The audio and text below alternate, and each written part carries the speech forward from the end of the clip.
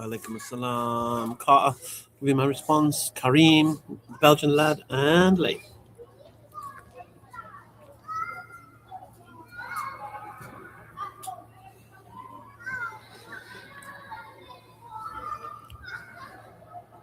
C-tier shop live.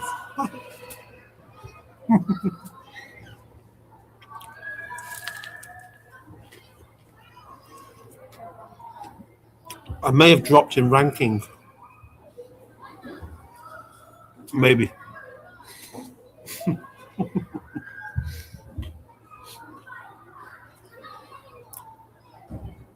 But I'm above it though.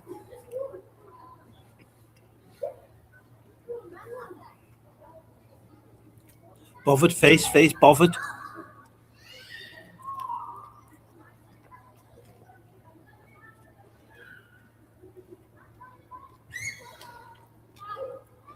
Thank you, the Belgian lad.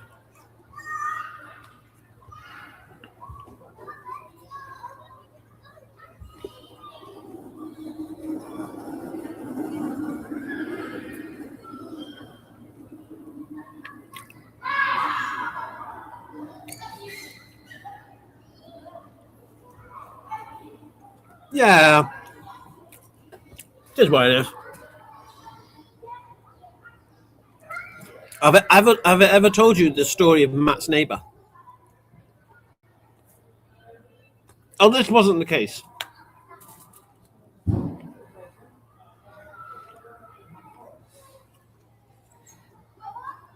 Oh, Bosnian Muslim, thank you.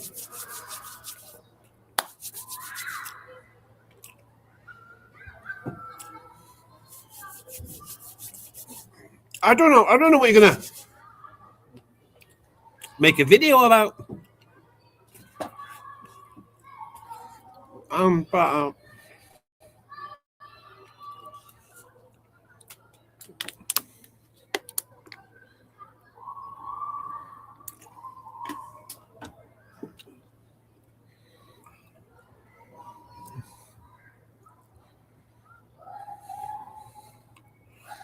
what I was eating, I was eating. It was a tuna baguette, so it was like an air fried tuna baguette. But there's something else going on there, and I just need to find out what. A bit of a spice to it.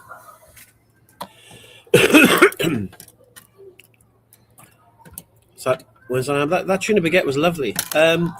What was on it?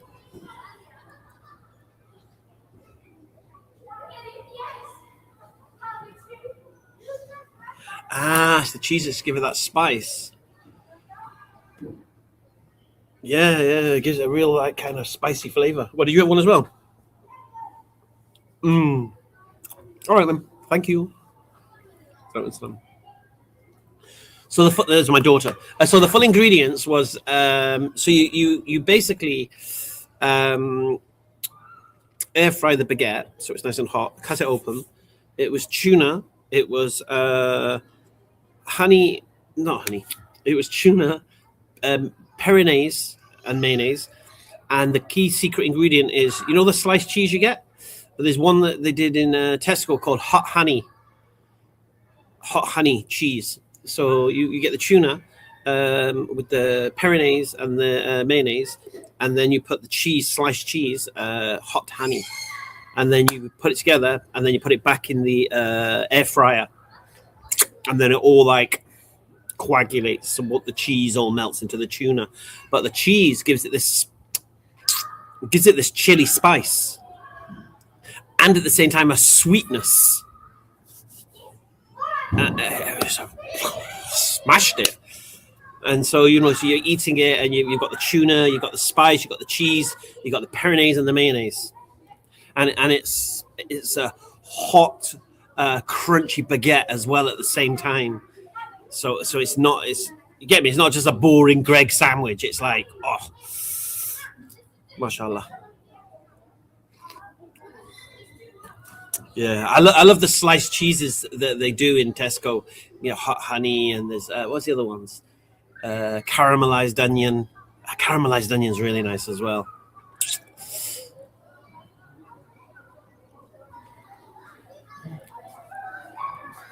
Yeah, that was a lovely surprise that my missus brought from my daughter. I thought my missus made it, but she said no, Iman made it. I'll be honest with you. If I opened up a food outlet, I'd kill it with some of these stuff. But some of this stuff makes no sense. But it's like, yeah, cranberry and Wensleydale is really tasty as well. Like, imagine this as I challenge you to try this. Yeah, right. Get a bagel. Yeah, a bagel, and you toast the bagel, right? And once you've toasted the bagel, some butter, some Philadelphia, right? A fried egg, and honey, and then you put the lid of the baguette on, and so the yolk of the egg is in the circle of the bagel. So yeah, sorry, not baguette, bagel. The yolk is in the circle of the bagel, and that combination of the Philadelphia, the egg, and the honey, it's next level. You got to try it. It sounds gross. Honey, fried eggs, Philadelphia, but it works. It's not iftar, that's suhoor, mate.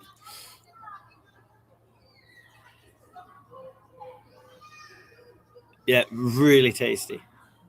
And I'll tell you another one, right? Bagel, yeah? You toast the bagel,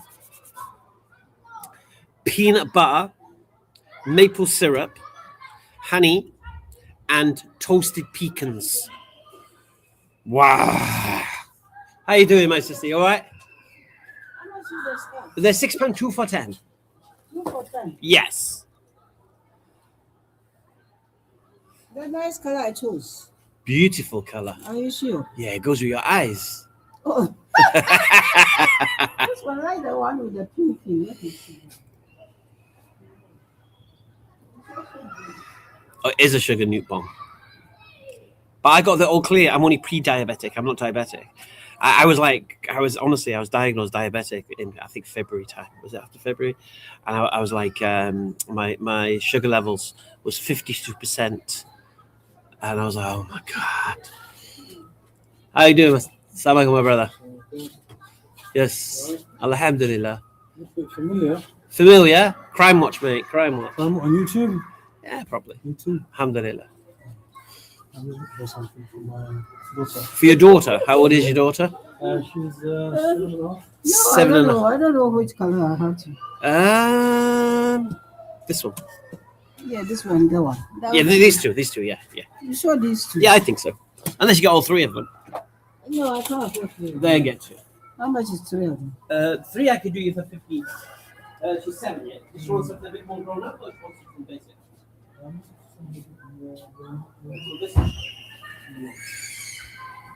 this goes on like the normal stuff.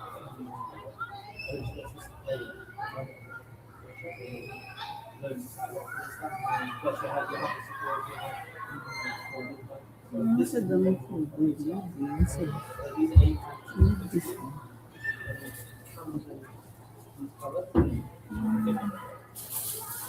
Black as well. So that's a good spot. Assalamu alaikum.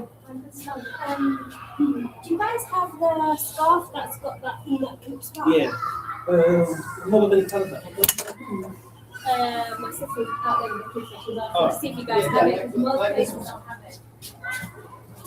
Are these the colours you have? No, there's some of them. You do that one, brother? Well, you do have it. Which one's make more the job? Yeah. We'll come back. Which one's your colours? But without seeing you. 7. 7. Oh, that's fine. We've got time. You paying cash or card? You getting 3 or 2? You don't want 12. Huh? 12. I don't want 12, no. I want 15. You taking 3? Yeah? Say Bismillah. Yeah. I'm going away. You know. Oh, where are you going? Anywhere nice? Ghana. Ghana. Oh, it's 15, isn't it? Just 15, not 14. Not 13. 14, not 12, not 16, but 15. Say Allahu Akbar. There you go, young lady. Where is it? Just touch that. It's fine. Yeah, now I finished my shopping. No more buying. I'm going to pack my You take it. Have a lovely trip. Thank you. How long are you going for? Oh, Why? That long. Long. Yeah, I'm on pension. Why? It's too cold. Ah, I'm on pension. It's too cold. here. it's too cold here. Yeah, you run into the hill, run into the heat. I'm going when it's heat up, then I come back. Inshallah. Have a lovely holiday then. I won't say trip. I'll say holiday. All right.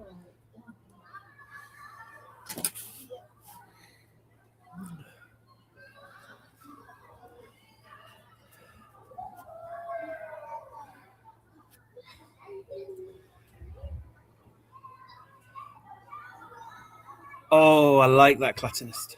You take care. Sorry. Why are you watching? No, yeah, I'm live on YouTube. That's all. Oh, Do you want to say hello? Do you want to say hello? yeah. Yeah, you go and say hello to the people. Hello. So, Hello. Where? although they're in the comment section. Oh, okay. Cool. Hello. That's it. And then, Thank you. you're welcome. I show my face. Huh? I show my face. You showed your face. No, she didn't. Well, you did. Well, what else is going to happen when you look at a camera and say hello? Everyone's saying hello. Everyone's saying hello to you. Bye, dear. Take care. Bye. Evergreen content. Yeah, I like that. I don't see. Oh, wow. That's fantastic merchandise. That's classic. Yeah. I need to get on that. You know what I mean? I should really get on that.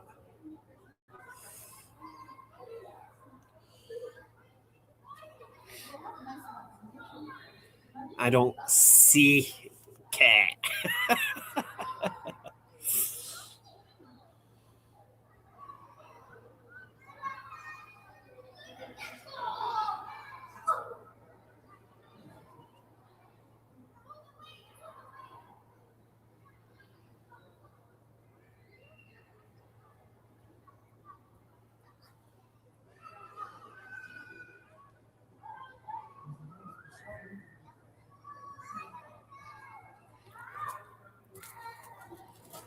That's a cracking idea.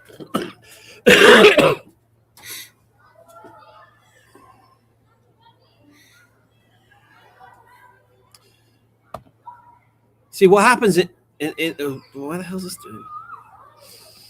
What happens in this kind of world, you see, is if Astaghfirullah, if I get classed as like a deviant or something like that, and you guys watch me and follow me and recommend me and share me, then you would be complicit in my deviancy. Imagine you've just done that. Anyway.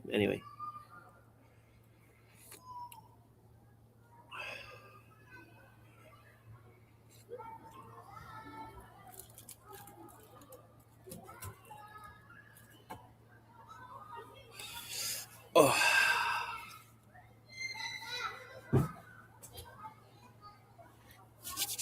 Should we go live on TikTok? Can I answer what? I don't think I saw your original question, mate.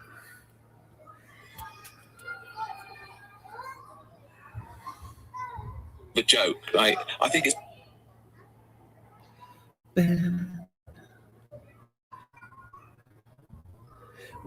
me and Ben were talking about the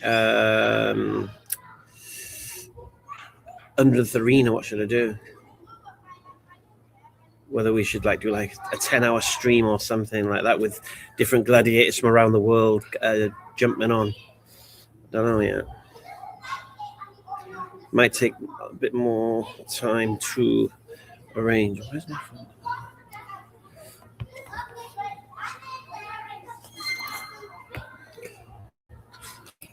Collapse. Oh dear.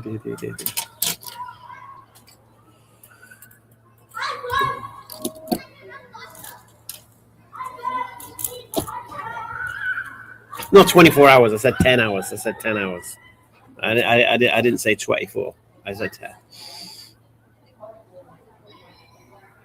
The show of character is how the brothers in the rankings respond, and I firmly believe most probably will show better grace than what.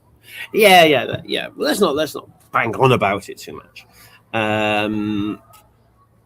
I mean, to be honest with you, there were people above me in that tier list that warranted it to be above me, no problem. Whether I should have been so low, I don't know. But you all heard 24. I said 10, son. Imagine I have to be there for 24 hours. That would be funny. Time would fly, wouldn't it, though, I reckon?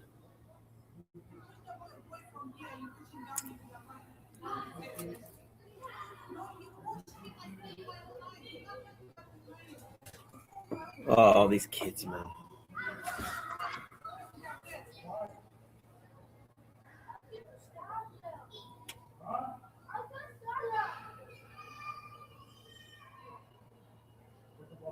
Honestly, these parents arguing, your kid pushed my kid. And like, please. Brother Hamza, you have not the confidence your videos gave me in my iman, especially living here in the West with constant shubahat to keep you. Oh, that's a nice message. Thank you. Maybe I should do this kind of ego trip and get everybody to send me a video of how Hamza's Den has influenced you, and yeah, that might be quite nice.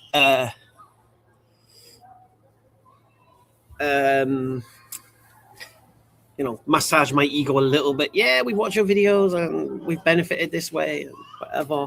It'd be nice. Those who've taken Shahada with us on the arena, that might be nice.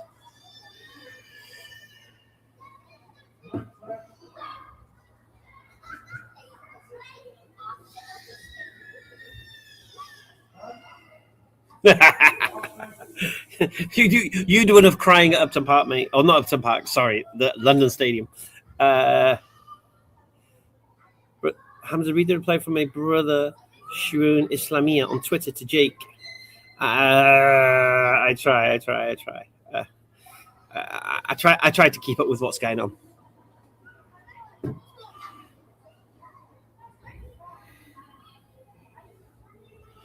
Yeah, maybe we do something like that. Like kind of. I don't know. We'll work it out.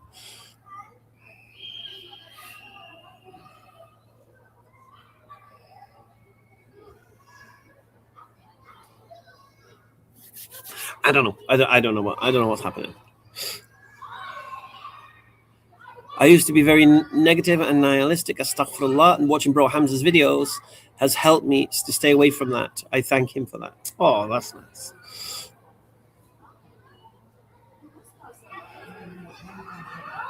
Thick skin like a rhino, pounding through any obstacle with a positive mental attitude. You know it, rhinoceros. Success.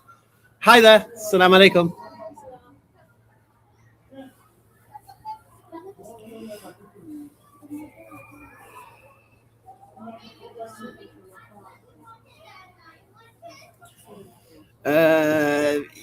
Yeah, we'll come up with some ideas. I don't know as of yet. Thank you, Wednesday. I'm glad you learn from what I do. What was you looking for, guys? But you didn't really look. Yes. Assalamu alaikum, brother. Walaikum salam. Do you have a moment to talk with another Muslim regarding something I'm like struggling with, or is this not the TikTok live for it? Depends what it is. Is the other brother a whiny Muslim, or is he a... No, regarding me. Like, I'm struggling with something in Islam, and I'm sure you... Okay. So you're all right. I'm trying. Okay, go on. Well, what is it you're struggling with? So, again, like, you probably hear this all the time, and I'm trying to rationalize it, and I can't get the imagery out of my head. And I know you know where this is going. So, like, how do I square it? Square what? The whole age debate. What's concerning you? I just like I understand there was no harm. I understand there was consent. I understand she was past the age of puberty. But then I look at my 9-year-old niece and I'm like, how? Like, and this might sound weird. I'm like, okay, maybe there's like 9-year-olds that look super old, but I'm like, I don't know how to square this. Like, Square it in what way? because the Prophet ﷺ had the best of character, of akhlaq, Okay. had the best wisdom, had the best hikmah, had everything, right? The best of everything. Okay. And I don't know how to square me. I know it's like using presentism fallacy, right? Because I've been raised in a Western society where I view things a lot differently than how it was back then. And I understand it was a custom across multiple regions of the world. But like Islam is universal and timeless, right? And so Okay, timeless. Okay, let's go with timeless. I don't know how to.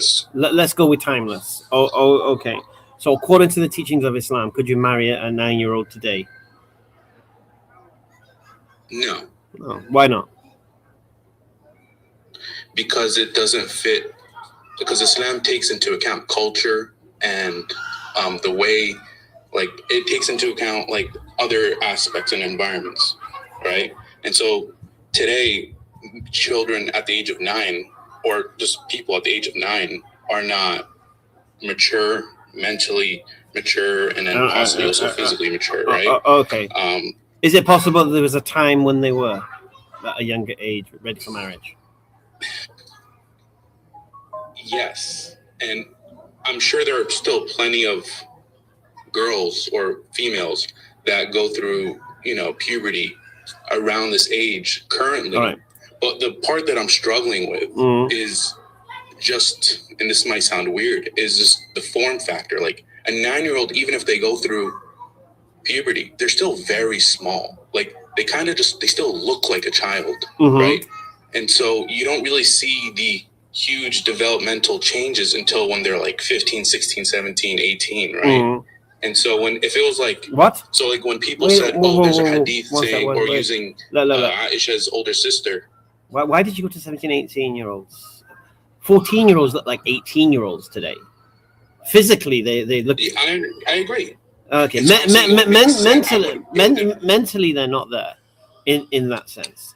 But you can't say 12, 13, 14-year-olds. I mean, they're basically got mature bodies, but their brains are children. Do you understand? I think you don't have to look. For me, my daughter's one of my daughters is 22. My other daughter is 15. I look at my daughter who's 22 as a child. Do you get me? 100%. Yeah. Right, and I'm not talking about the mentality here. I'm talking about like. Well, it's both. No, that's what I'm saying to you. You were talking about physicality. But physicality, I mean, I don't think you need to jump to 17, 18 to say that they're physically ready, because we know biologically it's a lot younger than that. A lot younger than that. I'm not. When we say ready, that's the part I'm trying to make. Well, in Spain, they're 14. In Spain, it's 14. In Spain, it's 14 and whatever. I understand. What I'm trying to say is, like, I'm not talking about when they're biologically capable of having children. I'm talking about, what does the age of their physicality? Yeah. Well, it's the same thing, isn't it? Development of their. Oh, okay. Like I say, I don't know what girls in that day developed like. I don't know. Okay. I do know across the whole civilization, across the whole world, girls of this age were getting married from every civilization. So I do know that. Whether they were any different to 9-year-olds today, I have no idea. I know we used to put 5-year-olds up chimneys and stuff like that.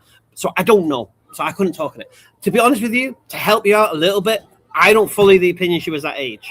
I follow the opinion she was older. Yeah.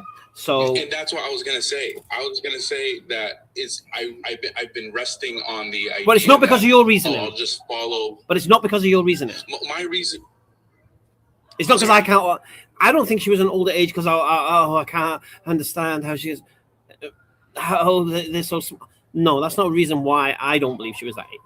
Do you understand? There's other mitigating things that I believe could be taken into account. And, use the age of her older sister, right? Many things. When she passed away. I don't think Abu Bakr anhu, as a 6 years into Islam, would immediately engage his baby daughter to a non-Muslim family. Personally, I don't think he would do that. But that's what you're asking me to accept. So if you want to say she was that age, you would have to concede that Abu Bakr anhu accepts Islam. And then after 6 years, he has a baby girl, Aisha anha. And then he engages her to the son of a non-Muslim family. And they accept the engagement and he accepts the engagement and everything's cool. And then later on, the same family call off the engagement because they fear Aisha is going to bring their son to Islam. Yeah? Yeah. Okay, for me, that makes no sense. What makes sense is that if Aisha anha was engaged to their son before Abu Bakr became a Muslim, and then afterwards they became concerned.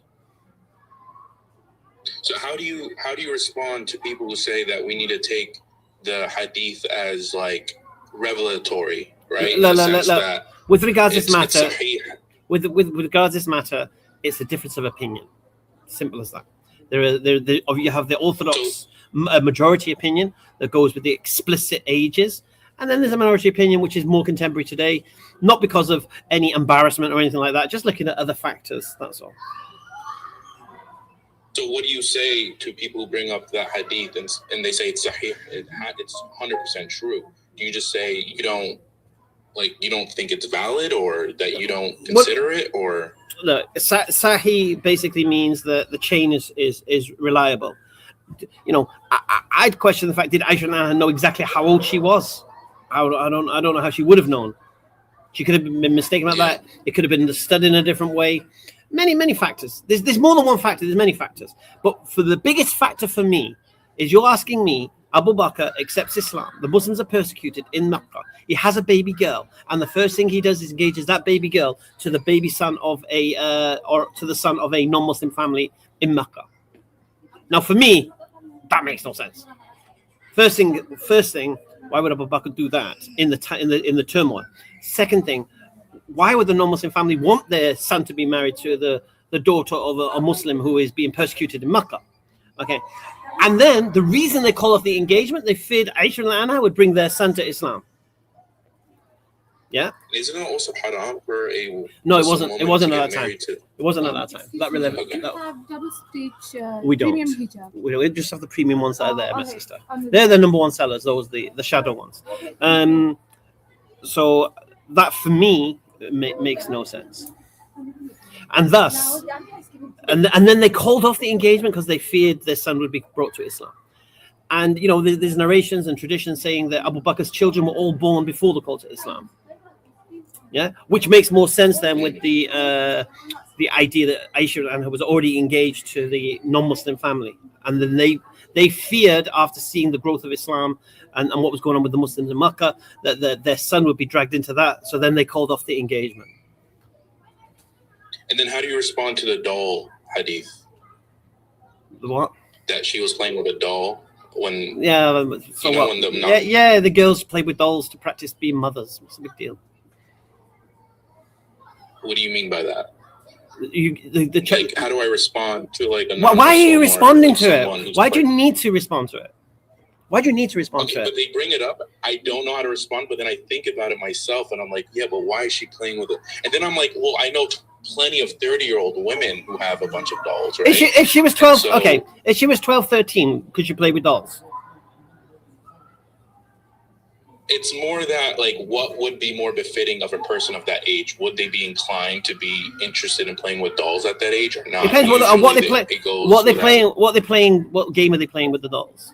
What if they're playing, practicing to be mothers? What are they using the dolls as like a baby? Okay. So not playing like make believe essentially.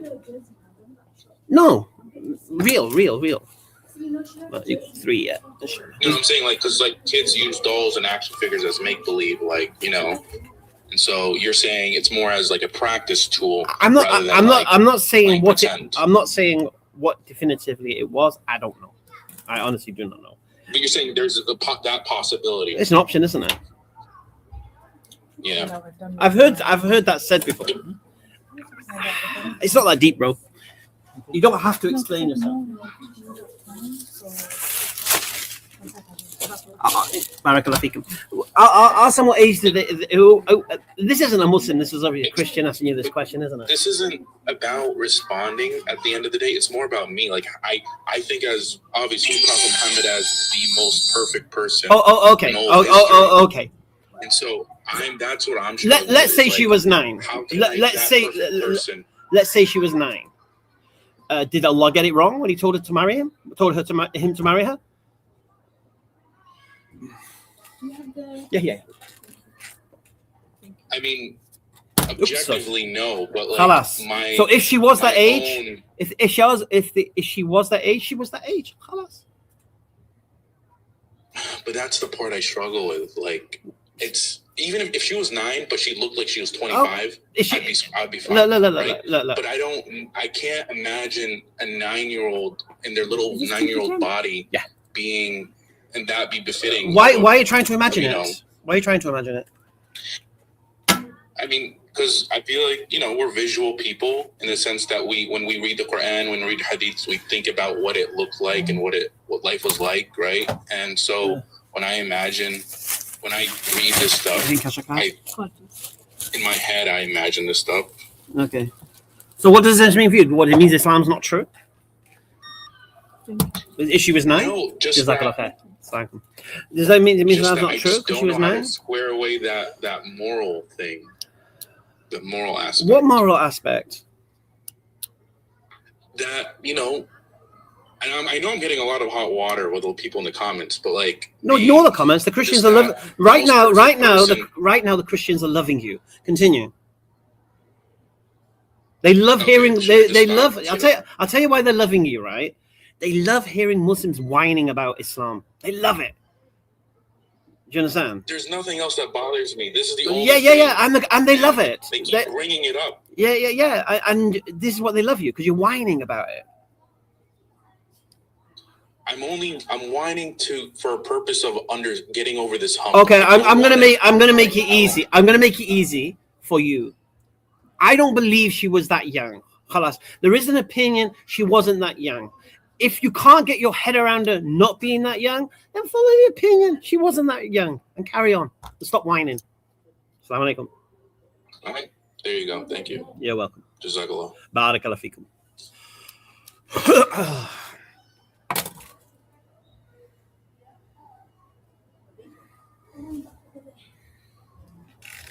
Yes. Assalamu alaikum. In the one with it? Yeah. I've not got many colours left, but they're in this basket. But open anything on, yeah? Yeah.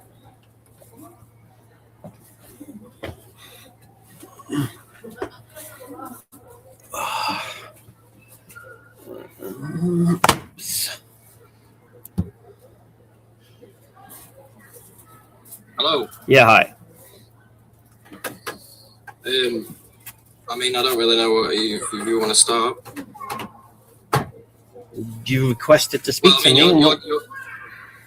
Sorry, I mean, I don't really know what to say to get off to start things off like is all I'm saying. But, well, you requested to speak to me. To what you were just saying a minute ago. You basically told that guy, stop asking questions, accept what I'm saying, and stop whining. Well, that's not what I said, is it? Well, yeah. In other words, yeah. Well, no. In your words, not my words. So I didn't say it. You, what did you said say? it. So what was your resolution for him in your? Okay. So my resolution for him is a difference of opinion with regards to her age. So if you so can't get your head around one opinion, then follow the other opinion. Right. What do you want? But facts is facts, though, isn't it? You have to follow the facts. Yeah. I believe my position is correct. But anyway, what do you want? I just want to talk. What do you want to talk about? Why being so like? Talk about Islam. Because you come on here whining. What do you want to talk about Islam? What do you want to say?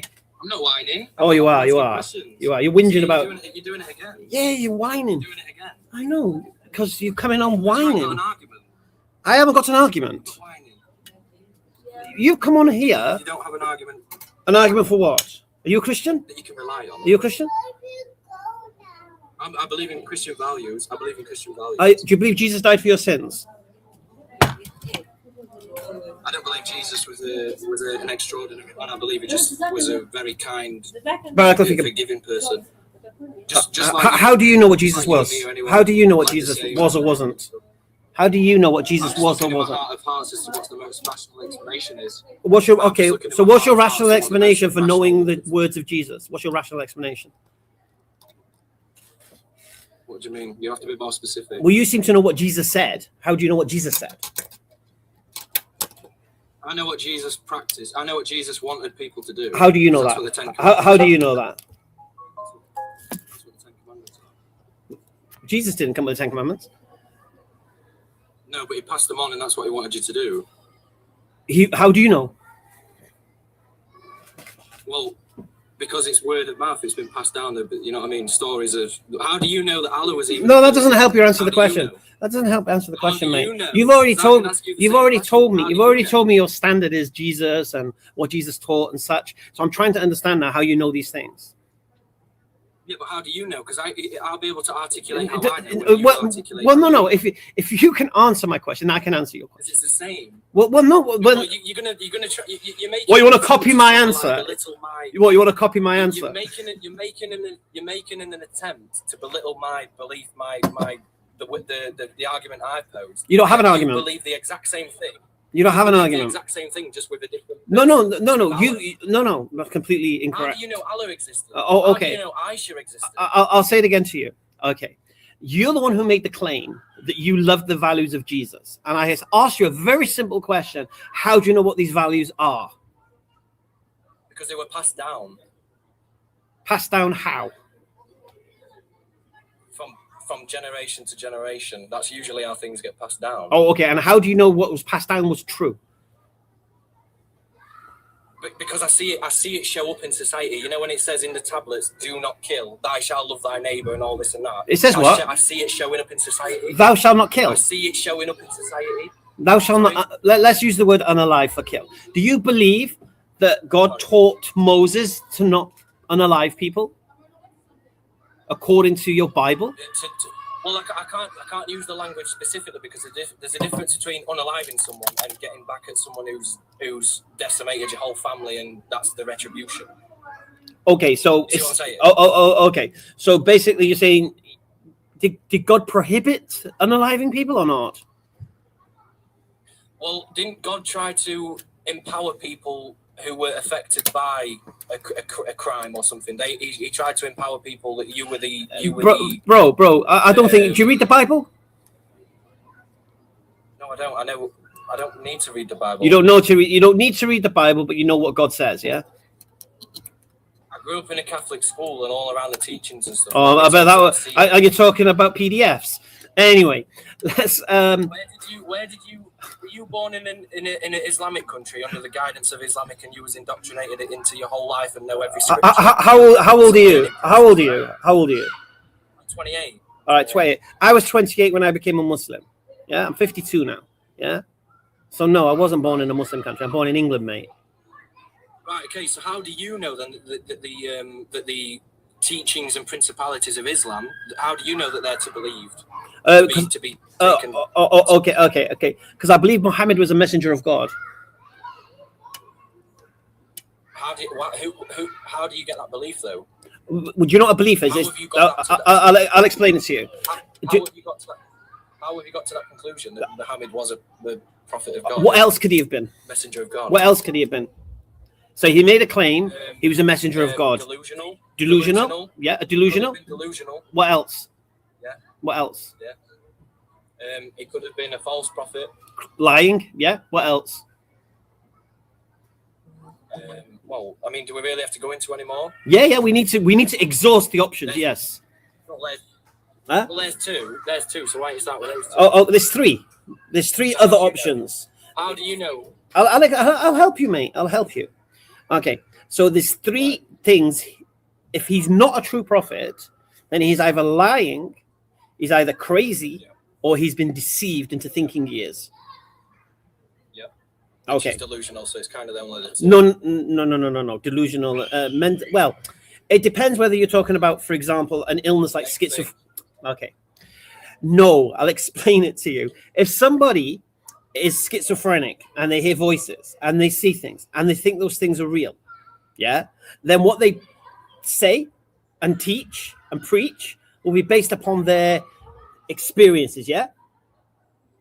Yeah. Okay. To be deceived is for a demon or a devil or something to pretend to be an angel, to imitate an angel, and to trick him and say, yeah, I'm an angel. Well, he's not really an angel. But Muhammad thinks he's speaking to an angel.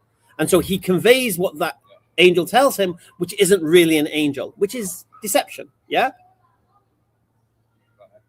Now, someone who's deceived is not... That still plays into a No, it doesn't. Still plays into a delusion. What's delusion? What does delusion mean?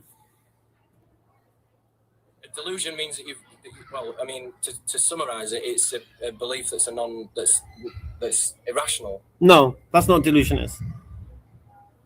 What's delusion? A delusion is to believe something to be true, despite overwhelming evidence against that thing. That's delusion. Right. Okay. Right. So if he believed he spoke to an angel, So going off of that. One second.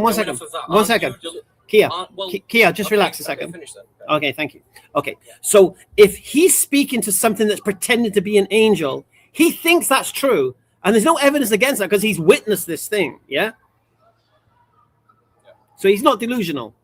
He's been deceived. He's been conned. He's been tricked. Okay? Right. So going off your established definition of illusion, what we're on about, you know, I forgot the word. Delusion. Yeah. So your delusion, yeah. So your criteria of delusion is to believe something. One second. I'll tell you what delusion is, and if you want to make the claim I'm delusional, you're happy. I'm happy for you to hear your evidence against it. Okay. Delusion is to believe something is true, despite overwhelming evidence against that thing. Okay. So, okay. So let's go what do you think I'm delusional about? So you just told a guy that if there's evidence that no, don't worry about him. Let's speak to you. Let's speak to you. I'm going off your rhetoric. So what you need to do now, I'll explain what you need to do now. I'll explain what you need to do now. I'll explain what you need to do now. Oh, okay. I'm going to teach you how to have a conversation and a debate and an argument or whatever. Okay. So the first thing you do, I'm explaining to you. Okay. I'm going to give you one more opportunity. Then I'm just going to kick you. All right. Okay.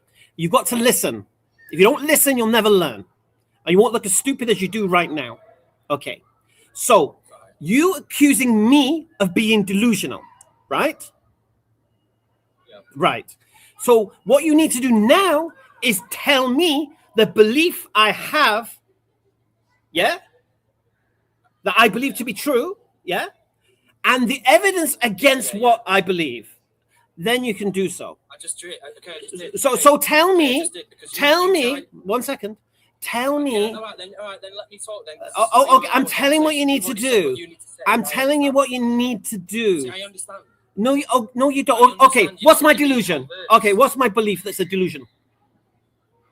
That you just said that Aisha was maybe 6, maybe 9. It doesn't matter. No. But there's overwhelming evidence. Overwhelming evidence that shows that she was 6 when she was married. 9 consummation. No. But your delusion is don't you understand how to have a conversation?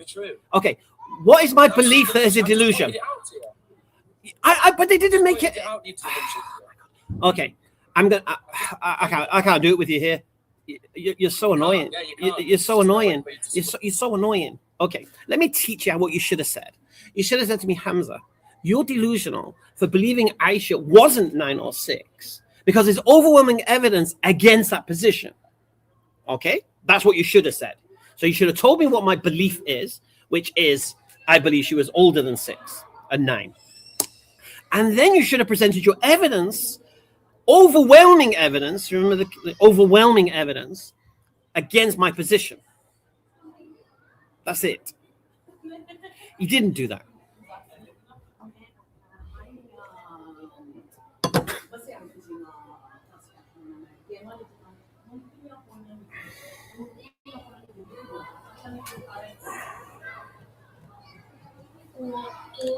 Hello. Good evening. Good evening.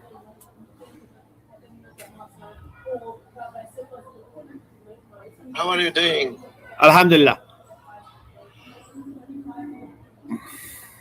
Yeah, so I was just listening earlier to your conversation with the other guy. Mm-hmm. So can I have a question? Are you a Christian? Yes. Okay. Is your question about Christianity or Islam?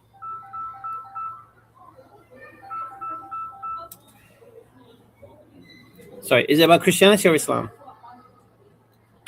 Islam. Okay, then you need to first demonstrate to me your intellectual honesty before I answer questions from Christians about Islam. You want to take the test? Well, I just want to ask you a simple question. Yeah, but your not question is going to be based on something you've read and misunderstood and been dishonest about. So what I like to do... No, So what I like to do... no, really. Well, I believe so. Yeah. So I don't dance like a monkey for Christians. If you can demonstrate intellectual honesty as a Christian, then you can ask your question, no problem. Otherwise, save it for the arena. Go ahead, ask me a question. Okay. Assalamu alaikum. Are you okay, my sister? What does the word corruption mean? So, what is the reason for this question? To test your intellectual honesty. What is the word for? What does the word corruption mean? Well, my question, the only reason why I came here, it was... So, 144 hertz, 4 HDMI ports, freely included. All of your smart apps there as well, for below £1,000. Who wants it? It's the one basically we've had.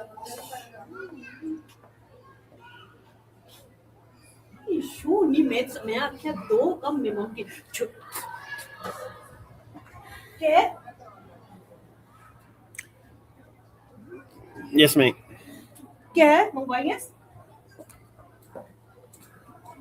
hello, Hi. how are you? I'm good, man.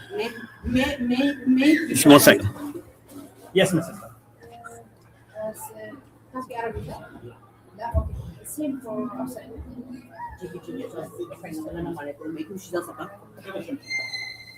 Alright, मैं असल लगा मम मारे guess करो कितने बोतला आइला भाई मैं मानी के साथ की पिक्चर खास तो जब मैं के मान के साथ नमक की भूख साथ मारे कौन बोतना ट्रैक काटती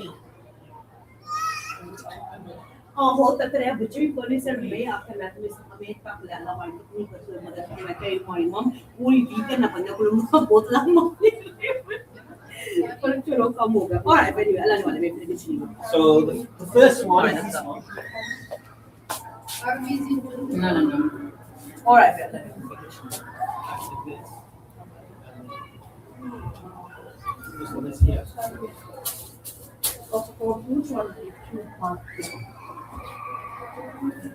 How much? ثمانية 1 هذا Okay, this one. same. Same. You can mix them.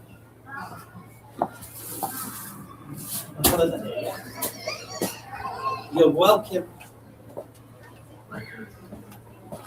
Yes, mate. Oh, he's gone. Are you managing okay, my sister? Assalamu alaikum. I'm just getting I think it's 2 for 10, isn't it? That's correct, inshallah.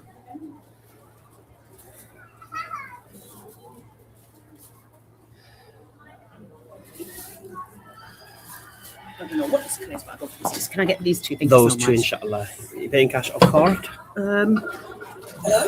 Hi.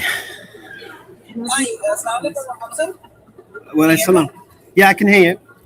Hi, brother. Sorry about that. I just wanted to respond to that Muslim whiny guy who was talking about Aisha and her age. Well, I have another. According to him, I would be whining then. The opposite side. Thank you. Would be that I can't get my head around why God would choose Mary to become impregnated. Yeah. And Thank you very much. And for a son to be raised for 30 years from a single mother, and only to be refuted by his people who called him a bastard. And generally, social sciences has shown us that children who come out of single mothers from broken families don't come out very well. or either have some sort of a delusion themselves. Well, but around that situation. yeah, but that doesn't make sense technically because she wasn't a single mother because she was married to Joseph.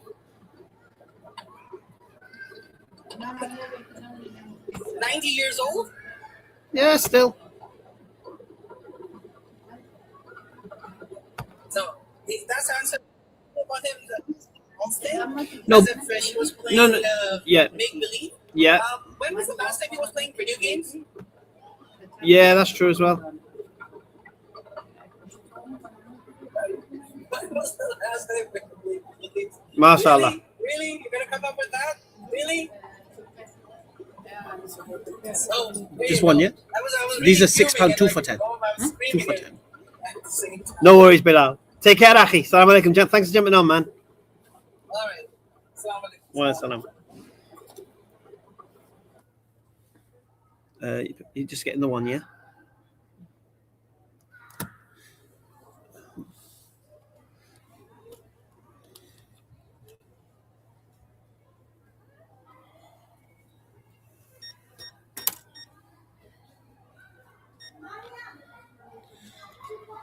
Thank you very much. Thank you.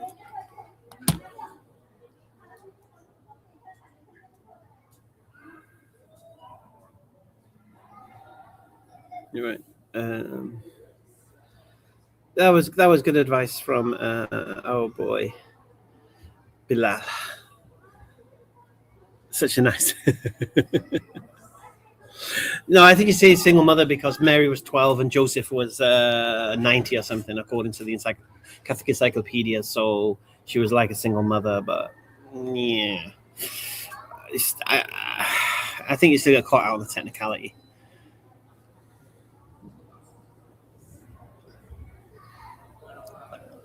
Well, if Mary not getting stoned would have been based upon the principle that Joseph pretended he was the husband, the father.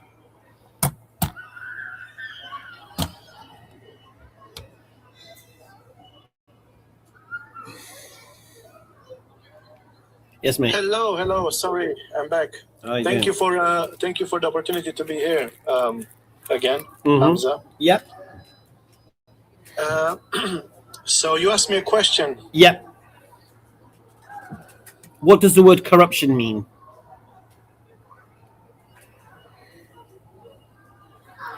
Are you Googling? You sound like you look like you're Googling, mate. Or ChatGPTing it. What makes you think that? You see, Well, you're on your phone, I'm assuming. it means when you're not honest, is it? What does? To make it very simple. Well, you didn't know what the mean corruption means, and you needed to find out. Is that what you did? How do you know that's what I did? Well, you Listen. Are you on your phone? Are you on your phone? What I want? Obviously, I'm on my phone. Yeah. So when Everyone's on their phones. when you pause, it means you're doing something else with your phone. Did you take a phone call or did you Google? Yeah. My wife called me. Sorry. Okay. No need to apologize. My question. No, it's my question. to It's my Hamza is, question. It's my what- question. Okay, ask me a question. I've asked you the question. What does the word corruption mean? And I told you, corruption means when you're dishonest with somebody. That's not what the word corruption means. I should start with it. Do you know what the word means? No, it doesn't mean that. Can you explain it to me? Maybe I don't know. Corruption. We're talking about with a text with regards to writings now. Yeah. So corruption is when you change a text, either adding to it or removing from it words or sentences or paragraphs that the author of that text didn't sanction. Mm-hmm. Would you agree with that? So can I ask you a question? Would you agree with that definition? I absolutely agree with that. Yeah. Okay. Do you believe the Bible's been corrupted, the New Testament? Hi there. Can I have a bag, please? No. Just a bag. We don't give bags out. Okay, can I pay for it? We don't sell bags, only for customers. We haven't got many left, you see. Okay. Sorry about that. Thank It's all right. You're right. Yeah. So has the New Testament been corrupted? So you asked me a question. Now I will ask you. I believe No. that's fair, isn't it? No, the test is this. First, and understand. 1 second.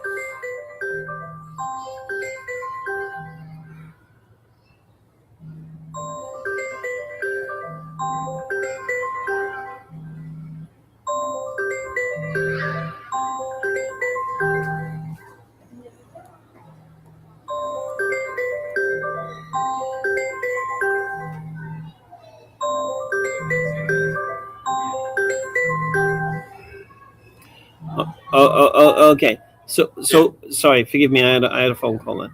Okay. Okay. First, understand. But you asked me a question. Yeah, go on. Now, can I ask you a question? No. You haven't finished yet. So first, we're trying to understand the words we use, and then the second part now is: has the New Testament been corrupted?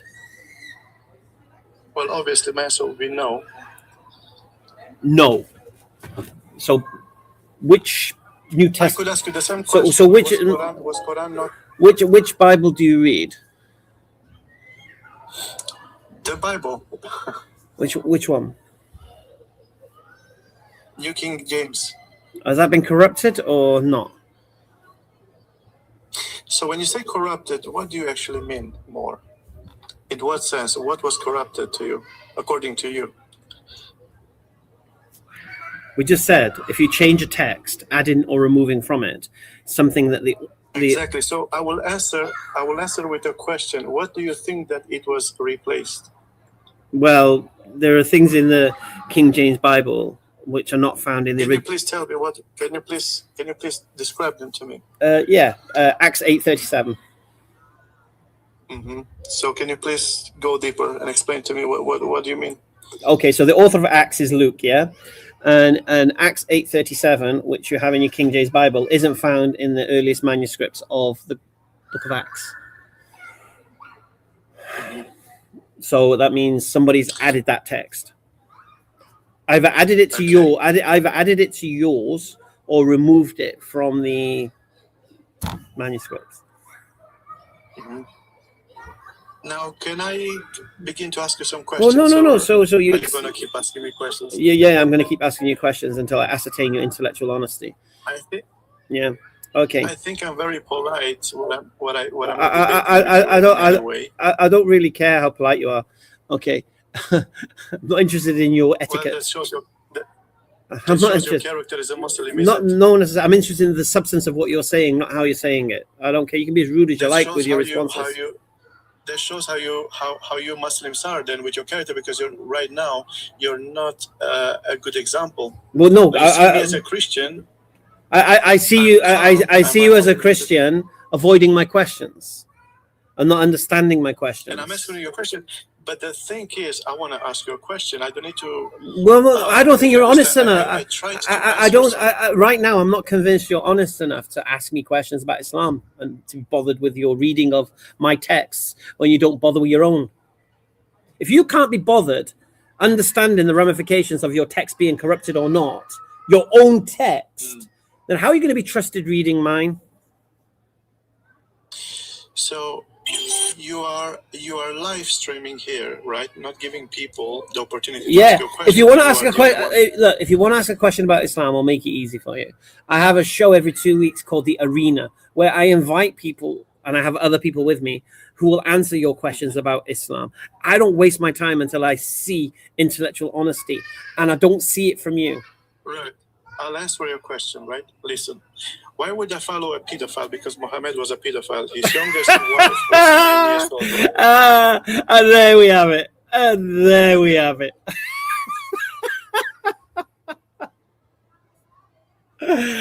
Oh, it's like you know when you squeeze a spot or like a boil. Yeah, and you just keep squeezing it, and then eventually, yeah, put enough pressure on them.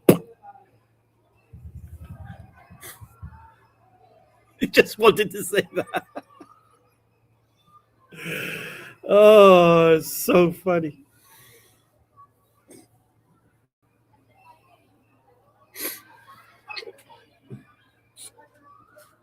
Hello? Yeah, I really do, mate. Okay. Just a quick one. I'm not overly a religious guy, but I've got friends on both sides of the fence, so I always find it interesting to learn. All right. My question is, why do Muslims consider Muhammad to be the best of men when in the Quran it would state that Jesus is perfect? Okay, first of all, where does it say in the Quran Jesus is perfect? Well, okay, maybe my misunderstanding, but his mum being the best of women. Well, that's without just sin. collapsed. That's just collapsed your question, isn't it? Because the whole premise of your question is gone now. Well, in terms of if his mum is the best of women, if he is without sin, by definition, that's being a perfect person, right? We don't believe any of the prophets sinned. Does it not state in the Quran that Muhammad sinned? It doesn't state it. No, there's a difference between intentionally being disobedient to God, which is the sin, and making mistakes and slips. No one's expected to be perfect. The problem is you're projecting your understanding of Jesus from the Bible onto the Quran. Muhammad, I'll tell you why Muhammad's we say Muhammad is the best example for mankind, because he was the best example as a husband, as a father, as a diplomat, as a warrior, as a neighbor, okay, as a religious leader. These are the things Jesus didn't do. Jesus wasn't a father, wasn't a husband, wasn't a warrior, wasn't a diplomat in any sense. So therefore, how can we take an example from Jesus on how to be a husband or a wife? As a husband, as a father, as a diplomat, and all these other things, if Jesus never did that? But Prophet Muhammad, peace and blessings upon him, fulfilled all of those roles and was bang on in every single one of them. Sorry, I'm just reading from the comments here now. 48:2 apparently states that Muhammad sinned. Don't worry about the comment section. It's your argument. You came with it. Stand on your own 2 feet, mate. Okay. Do you believe Jesus is a good example as a father? That's what I've grown up. As a father, sorry. Yeah. I wouldn't be able to say. You wouldn't be able to say. Be able to say. What about as a husband? Wouldn't know. What about as a warrior? Well, his whole being is about peace and love, though, right? So No. Now you're bringing the Bible into it. This is the problem, you see. See, according to the Christian narrative, Jesus was a failure. Yeah, he didn't succeed in his diplomacy. He didn't succeed in anything. So how can he be the example to follow? Well, from my understanding, doesn't the Your understanding is so poor. Your understanding is so poor. To premise your arguments on your understanding is bad. Yeah, I'm not saying I'm well read on. So why do you keep saying from your understanding as if it premises a valid argument? It's something that I've heard that may be true. Why it's something you've heard that may be true, and you bring that here as some kind of evidence? Come on, bro, please. But this is part of me trying to understand. That's what No, this wasn't part of you understand. This is you come and making presuppositions that you couldn't support. No disrespect. You see me nice enough guy, Joel. Do you know where you are? Do you know who I am? Do you know what I do? I've seen videos of you standing in London having debates. Yeah, right. So did you think this was gonna fly? Honestly, I'm not like you say. I'm not trying to come here with any, Okay, have I answered your question? Have I demonstrated to you why we see Prophet Muhammad as the best example for mankind? Because every single facet of his life is something we can try to emulate. Well, I guess the end part of that is doesn't the Quran state that obviously Jesus is with God, Muhammad is in. Where is Muhammad? You're doing it again. Is he in heaven? I'm not making your arguments for you, mate. I'll say it to get to you. What was your question? What was your original question? Why would Muslims follow Muhammad as the perfect man? Yes. In the Quran. And I've just demonstrated. Okay. So your question was, why do we follow the example of Muhammad living as a human being? Yeah, over Jesus. Yeah. Well. But you guys. So I've just told you we do believe Jesus was a human being. Okay. So why do we? Because like I said to you, if I want to learn how to be a father, I've got an example in Muhammad. I don't have that in Jesus. Want to be a husband? I have the example in Muhammad sallallahu alaihi wasallam, and I don't have that in Jesus. So many examples I can't follow Jesus in. Only Muhammad I can do that. So I've answered your question. From a human perspective, that makes sense. But from a religious perspective, surely you'd want to follow the path of Jesus to heaven. We believe Muhammad's in heaven. Look. Understand something. You keep conflating two things. You have no clue about Jesus and what he said and what he did and where he is. Nothing. All you have is gossip. All you got, nothing else. Hearsay. Yeah? Well, we've got the word of God telling us. But doesn't the Quran state that the Bible is where you need to go if you doubt in the Quran? No, it doesn't. Doesn't tell you to follow the people of the book if you have any. No, it doesn't. It tells you to speak to those. If you're in doubt about the stories we're telling you about Moses and Jonah and all of these things, speak to those who are reading scripture before you. That's it. It doesn't say read the Bible. There's no mention of the Bible in the Quran. What text would it be referring to if not that? The revelation given to Jesus, the Injil that was given to Jesus. Okay, fair enough. Awesome. Well, I will take that and I'll go research some more. Thank you. Take care. Okay.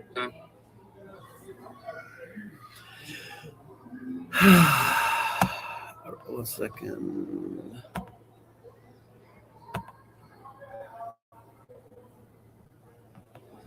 Rajin.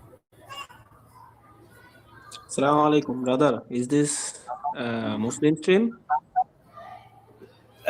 What? I'm a Muslim. Can I ask some question? Yeah, you can. Assalamu alaikum. How's it going, brother? Good, alhamdulillah.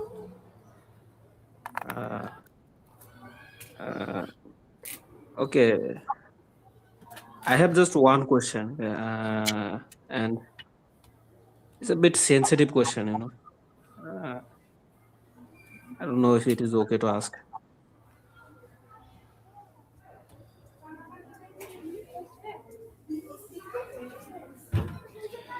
Spit it out, flipping heck.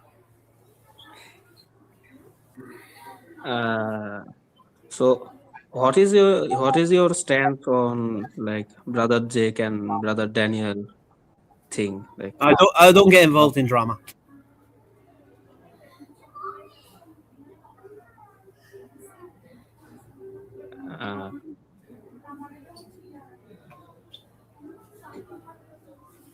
See ya. Sorry. Jimmy, what's happening, dude? Assalamu alaikum, Hamza. How are you? Wa alaikum assalam. I'm good, bro. Now, I know you just said to the other chap, the other brother, that you don't get involved in drama. So, forgive me. This is part of the reason I'm ringing you up. No, but there's a caveat. There's a caveat here. Yeah. I'll take a caveat. His question was specific. What do I think about the situation between Jake and Daniel? Oh, okay. No, yeah. And I don't get involved in he said, she says. Okay. If you're coming to ask me what do I think Jake said about me, this is a different story. Yeah, I don't ask you questions about drama because I'm with you on that one. I'm not interested in the politics of personalities. It was a couple of things. I always like to compliment you, so I hope you don't mind and your ego can take it. I like a massage man again. But as I've said to you before, one of the things that attracted me to your channel, especially when I was a Christian, was the fact that you would nail down the arguments. You would press people to justify their position. You would critique internally and externally. You did not tolerate abuse. You did not use foul language, nor do you tolerate foul language. Now, for a man of my age who'd been a Christian for a long time, that was just the kind of formula I needed to learn about Islam and then eventually accept the truth of Islam and move away and leave Christianity. It might be fitting for perhaps younger people, and forgive me, the younger brothers and sisters in the chat, they might not mind so much, loose language, bad language, or poor manners, shall we say, because I understand that I'm older and I'm a little bit more fussy in who I listen to. But for the likes of me in particular, and people of my age and my generation, your approach is the right one. And I remember many times watching your lives, and people would ring you up and say, they would mention other brothers in the park. What do you think about this? What do you think about this this Dai said this thing and did that thing, and your instant reaction was, I don't talk about other people, and it shut those individuals down because you're not a gossip column. You know, No. you're not there to slag off. Forgive my, I don't know if we're allowed to use that language. Forgive me. You don't badmouth other people or attack their positions either. So it's just one of them. Another complimentary call from me to say what you do makes a huge difference to the likes of me, and I know so many others because I do visit other channels, and your name gets mentioned a lot when it comes to solid arguments, critiquing Christianity in particular. I like to think down so. the arguments. I like to your think name so. gets mentioned. Your name gets mentioned a lot, Hamza, and you know I got a lot of respect for you. So I just wanted to add that in. Personally, can I make just a personal comment? You don't have to respond to this. I don't find value in people critiquing other individuals, you know, rating them and stuff like that. I think that's divisive. I've mentioned to you before that I've seen. Said, 1 second. Yeah, go on.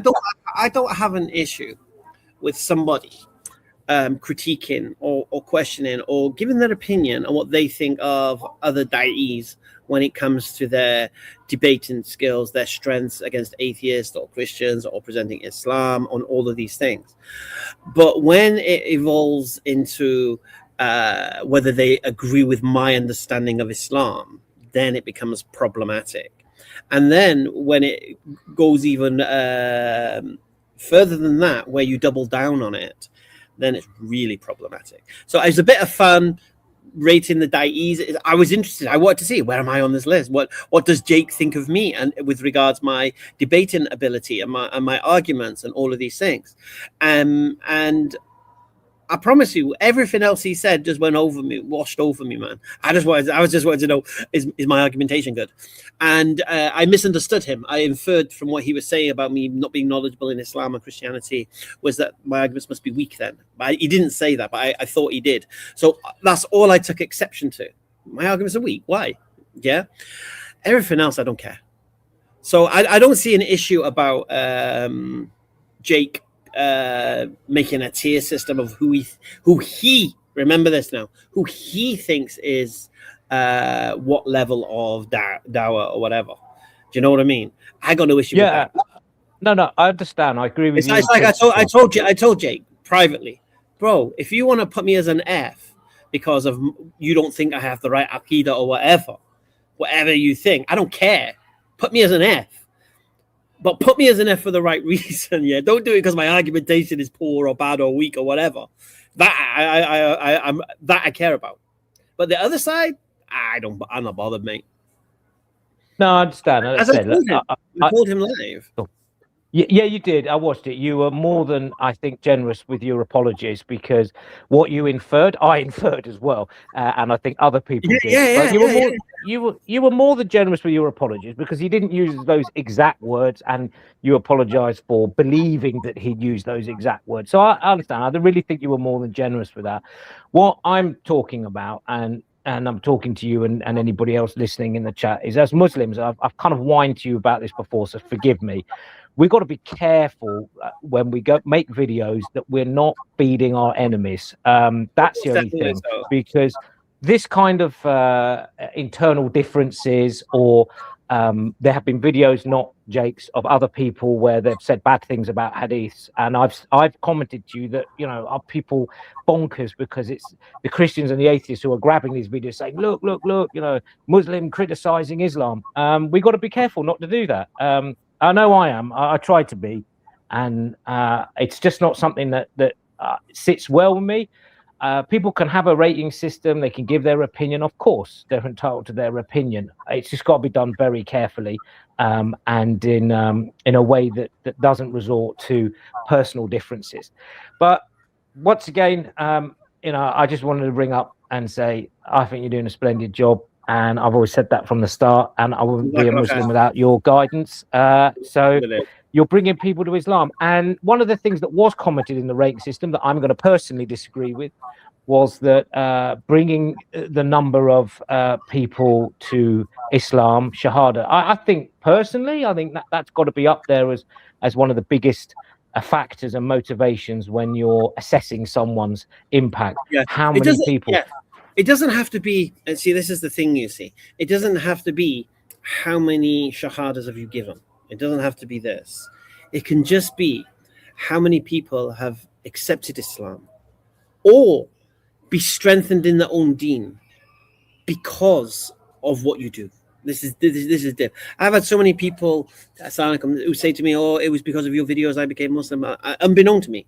So it's not me like trying to get them. Oh yeah, you took a shahada. Look, he's taking shahada. Look, everybody, I'm taking shahada. Yeah. It was a case. Yeah, it's not a numbers game. No. For me, there's nothing more beautiful than discovering somebody had accepted Islam without me even knowing it. But knowing that they'd watched something I'd done or heard or something and had been inspired by this thing, to even if that was just what sparked their interest into Islam. Do you get me? So So like I say, it doesn't. You don't have. It's not the numbers game. Look how many shahadas. Look at all these videos. This person take a shahadas. No, it's a case of how many people have I affected with what I do. And the amazing thing is, you know something, Jimmy. My aim. And my pure aim is non-Muslims. That's who I'm aiming at. That's everything I do is aimed at them, inviting them to Islam, challenging their position as atheists and Christians and such. The amount of Muslims that get caught in my net is unreal. The amount of Muslims that message and thank me for reminding them that they're Muslim and how fantastic Islam is, and giving them intellectual reasoning as to why Islam is true. Do you get me? So yeah. So even though what I do is dawah, I'm not here to teach Muslims their religion. Yeah, I'm not here to do that. But the amazing thing is, I remind Muslims of their religion, which I think is another level as well. Because it's not something I expected. It's not something I aim to do. I'm not here to tell people who are already Muslims how to be Muslims. I'm here to bring non-Muslims to Islam. And it's just amazing how many Muslims were reminded that they themselves were Muslims. SubhanAllah. It's unreal. Yeah. For me, that's the biggest shock. Sorry, go on, continue. No, you mentioned the guy in the shopping mall, I think, in Qatar, and came up to you and his wife and the kids because of the effect, the unbeknownst effect of your videos had on him. I've heard that story many times. Yeah, yeah. And I say to the people in the chat, and forgive me for banging on about myself, a Christian of 47 years, from the age of 4 to the age of 51, and I took my Shahada with you after years of research, a lot of it on your videos, EF Dawah, Perfect Storm, a lot of the lives that you've participated in. That's the kind of reach you've had. A Christian of 50 years has taken Shahada because your arguments, well, they're the arguments of Islam, but you've presented them in a way that has reached me. And I wasn't quick to, I wasn't 6 months, 3 months or anything. That was 7 years of research, right up until the last moment. I think I put in a live chat the other day that I did my Lord's Prayer the day before you took my Shahada, because I was desperately hanging on to Christianity. Can you imagine it? It's got to be real. What's left was Lord's Prayer. Okay, yeah. 10 Commandments. All right. And this was Shaitan desperately trying to stop me from taking Shahada. I know that. I think I. Well, you know what's amazing though? You know what's amazing about the Lord's Prayer? Yeah, it's very Islamic. Yeah, it is. There's not a lot there that we would disagree with. Honestly, our Father, which one God in heaven. Be thy name, thy kingdom come, thy will be done on earth as it is in heaven. Give us this day our daily bread. And forgive our trespasses as we forgive those who trespass against us, and lead us not into temptation, deliver us from evil, for thine is the kingdom, thine is the power forever and ever. And the amazing thing is, it's SubhanAllah is like, give us our rizq, give us our sustenance. Do you get me? And keep us from fitna. And do you know what I mean? It's SubhanAllah. It's like it's so we can identify with it. Yeah, we can identify with it. And this was how, according to the New Testament, this is how Jesus taught his companions to pray. And it's so Islamic. There's nothing Trinitarian in it. There's nothing blood sacrifice in it. Hallowed be thy name, thy kingdom come, thy will be done on earth as it is in heaven. As it is in heaven. Give us this day our daily bread. Give us our rizq. and deliver us from leaders, forgive our trespasses and we forget those trespasses against others. So basically, don't wrong others and protect us from the wrong that's done to us. Thine is the kingdom. The kingdom is God's, not ours, not a man's. Thine is the kingdom. Yeah, we can identify with it. Yeah, so you know, it's amazing how that's the prayer you read. Yeah, I know. This is sounding familiar. Well, that was Allah trying to guide me. I know that was the right guidance, and Shaitan was trying to pull me in the other direction, and Shaitan lost. I'm very pleased to say. Yeah, absolutely. As I'm going to go, but next time I ring up, I'll tell you about how I'm getting on with my family. Remember, they were giving me grief, interrupting my prayers, playing music. I'll tell you about that another time. Quick shout out to the mods. I love to do that. Mods, you do a great job. I've got a lot of respect for you. Salam alaikum, Hamza. Lovely to talk to you. Take care, Jimmy. All of such a nice brother, mashallah. Loving his shahada.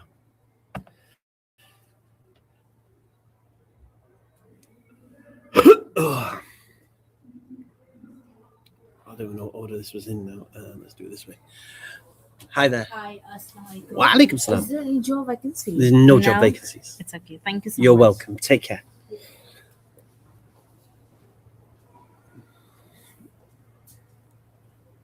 Okay, 1 second.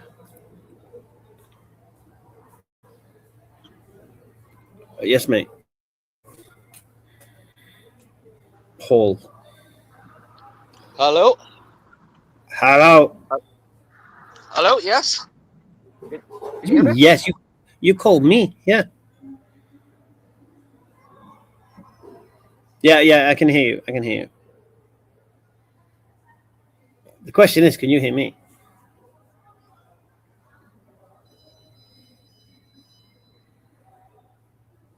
Hello?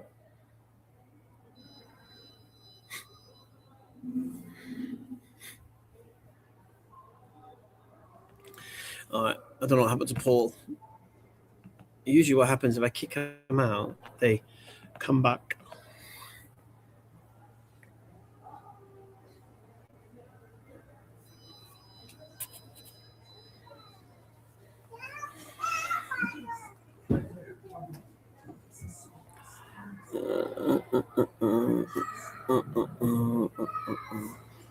Do you think I was harsh on that, Joel? I think I may have been a little bit harsh. A little bit. I don't know. My pet hate is people come with a premise that's so bad. It's any problem.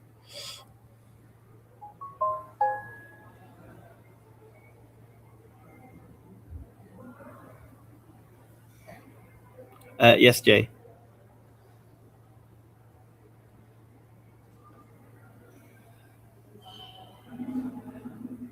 Jay. Jay. No. I feel like that professor in Ferris Bueller's Day Off. Jay. Anyone?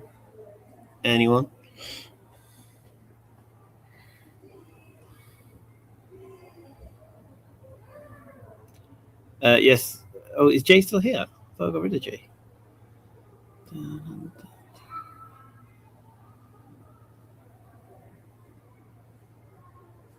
I haven't set up plans for the 100th arena as of yet. Trying to think of some ideas. We'll come up with something.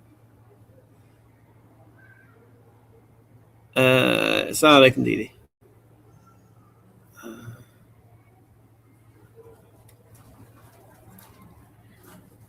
Let me try this Paul guy again. Paul.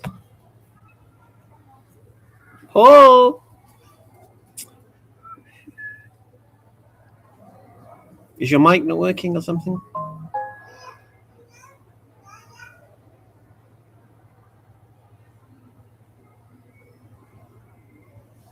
Hold on. All right, I think you got it now. Is that it now? Yeah, I can hear you now. Ah, sweet. No, you said that our father is like Islamic when it says it's not begotten nor you know. Say that again. Sorry. It says in their father says father. I'm sorry?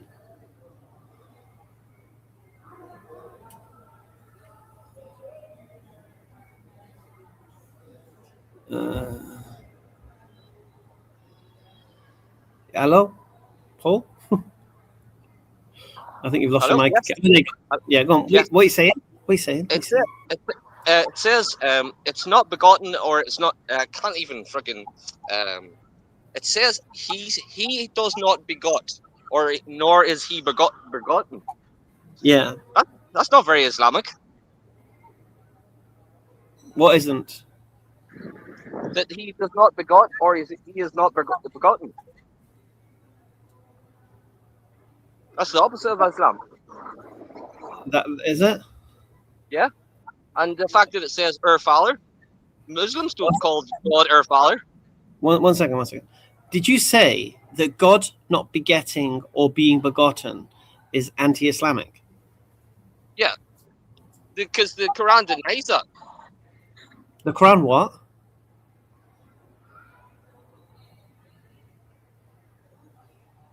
Okay, I'll make it easy for you. I'll do it in Arabic first, and then I'll do it in English. All right. أعوذ بالله من الشيطان الرجيم بسم الله الرحمن الرحيم قل هو الله أحد الله الصمد لم يلد ولم يولد ولم يكن له كفوا أحد. Say he is Allah, the one, the only, the eternal, the self-sufficient master whom all creatures needs. He begets not, nor is he begotten, and there is nothing that can be compared to him. How is that not Islamic?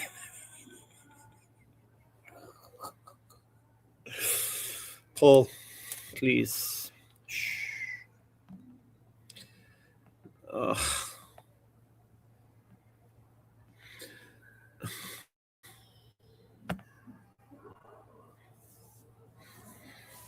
This is unreal.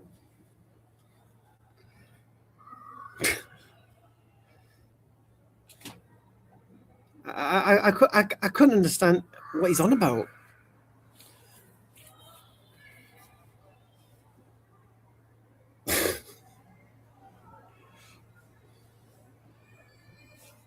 God not being begotten or begetting is not Islamic.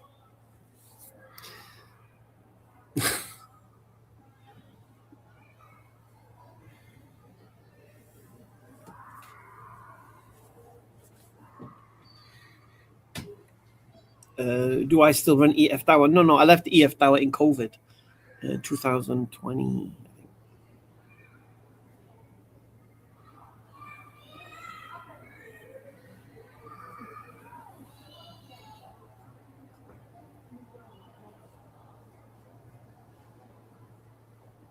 Amin Abdullah. Oh.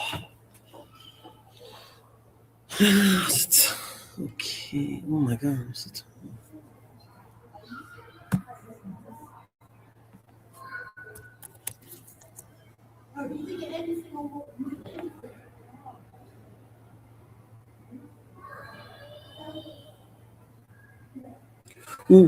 Just talk amongst yourselves for a few minutes. Just one sec, I'll be back. Yeah. Best moments. Maybe we should do that. I don't know. Yeah.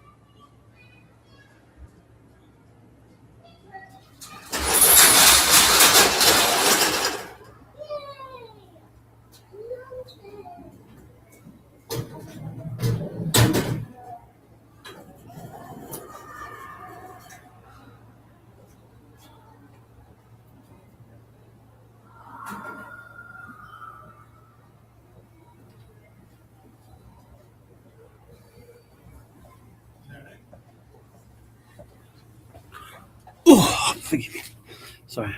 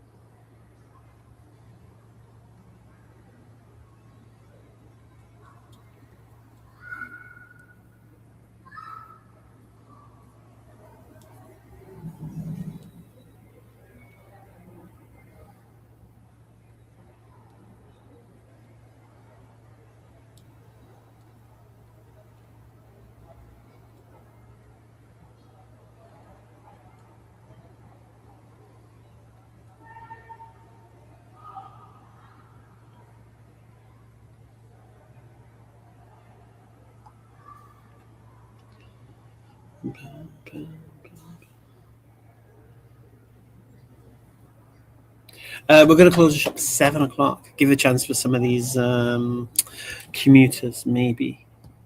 It's so quiet this time of year. Really, really tough.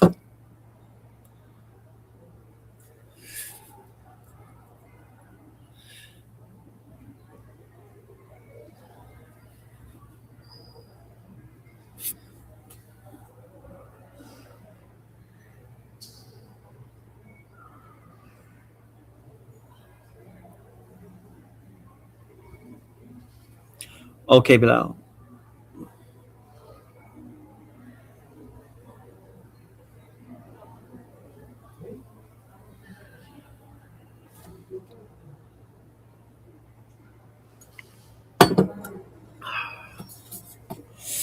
Let's pour some more tea.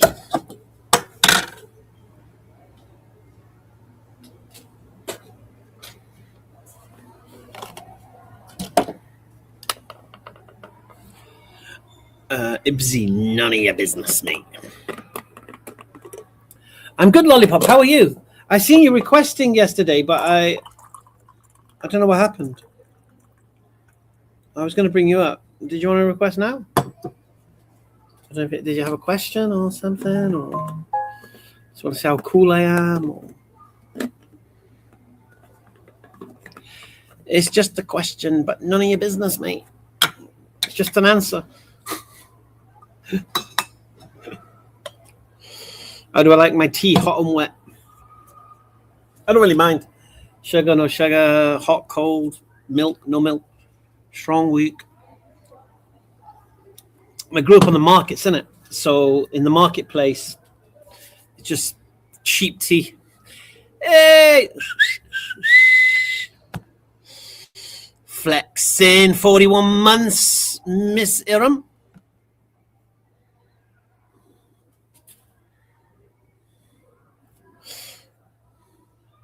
Nah, nothing came from that dragon.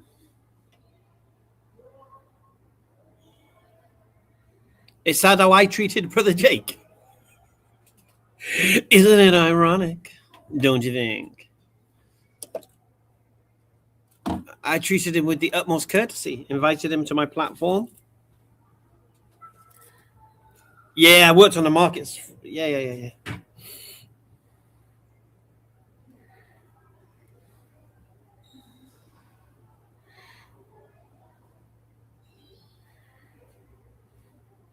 It's Sarabu.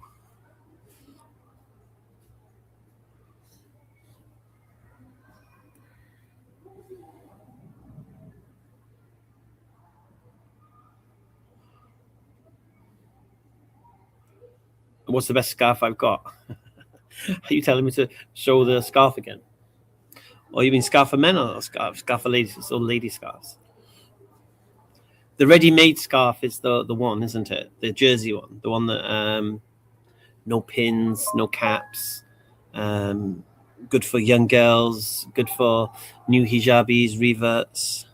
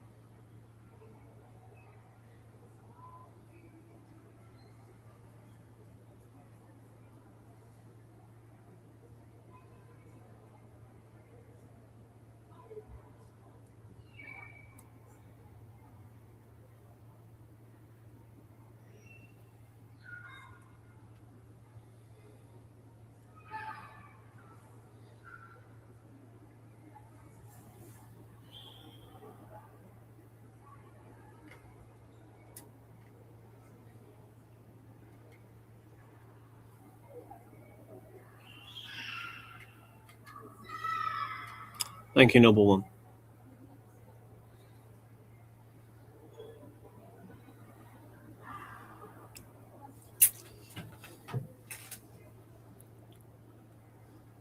Any plans for the 100th arena stream? Maybe a collab. We'll see. Let me send a pigeon.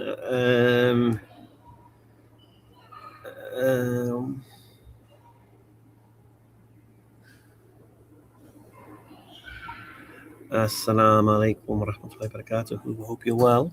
I'm just sending you this invitation to see whether or not you participate in the 100th episode of the arena.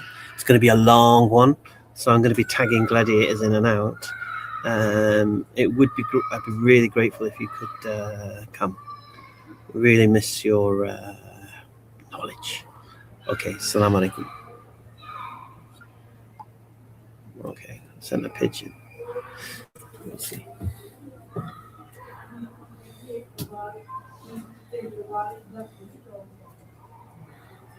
No, anyway. Yeah, we only got 40 games this season, apparently. No cup games, no Europe. Is where it is. I like it. Less chance of players to get injured.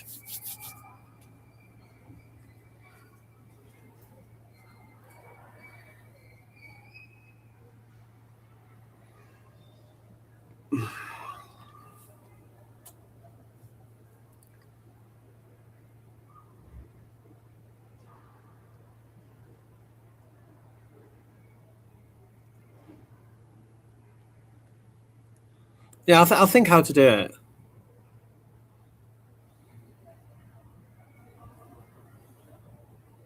I've invited Jake many times. He won't come to the arena.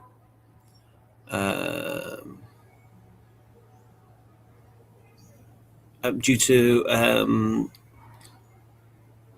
the people that join the arena. I don't know. I don't want to keep talking about this bloody thing. Actually, I think I'm just going to get rid of you because you're really annoying me, man. I'm going to time you out as a warning, but you're beginning to bug me, man.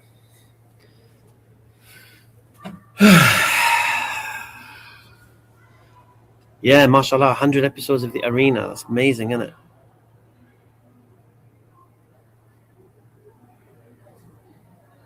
Not you, Abdullah, you nutter.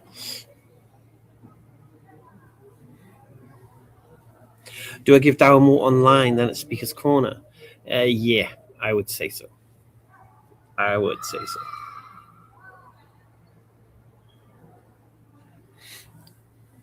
It's not as cold.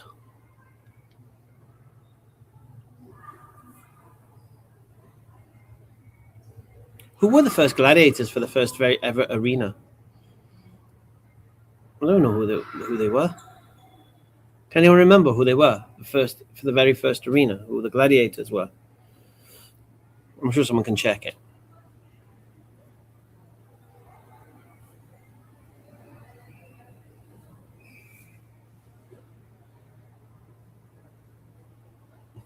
Boots of Daisy. Was it Ponder? I don't know. Let's have a look. sure we can find out. It can't be that hard.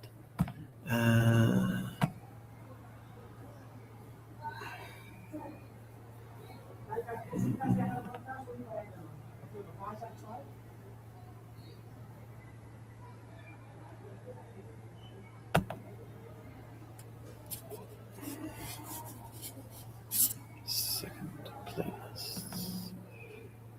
Who were the very first gladiators in the arena?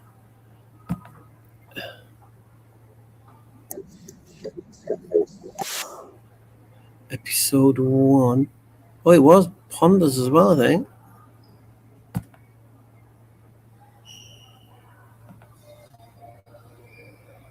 Who was it? Okay. Let's have a. Let's see who the first guest is.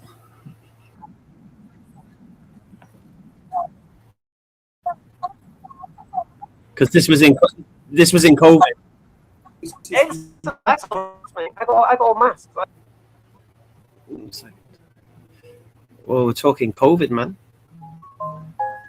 I've got all the country flags and the bling masks and all sorts going on. It's just that I just couldn't imagine sitting in a shopping centre that's closed and you're just waiting for the odd person. Yeah. I think what we'll do, if no one's brave enough to come on. Oh, wait, there, Frank is on. You know, now Frank, right? Now Frank has been waiting, I think maybe, I don't know, at least 3 months to ask questions about the Quran. I'm pretty sure. So I think, right, so welcome to Hamza's Den, Frank. I think this is your first appearance here. That's right. And so basically, what's your question? Actually, it's not about the Quran. I was wondering, do you know who in the Bible was thrown into the lion's den? So what's your question? Samson? Do you know who in the Bible was thrown into the lion's den? Daniel? Yeah. And do you know why he was thrown in? Okay, no. Is it Well, a Christian? Oh, no. Huh? I don't know. Okay, so you know when he was? He was in Babylon. He was a Jewish exile in Babylon. And he actually became an administrator. He was a bit like Joseph in Egypt. He was fairly high up in the hierarchy. But people wanted to get him. So they set him up. And they got the king to write a law that anyone who worshipped any god other than the king for a month would be thrown into the lion's den. So he immediately went, and it says, this is in Daniel chapter 6, as was his practice, because he prayed 3 times a day to Jerusalem. He prayed on his knees to Jerusalem. So they arrested him, threw him into the lion's den. Well, you're in the lion's den now, Frank. What's your point? I guess my question is, do Muslims see Daniel as a prophet? Because I would have thought, reading... Oh, sorry. That was a class now.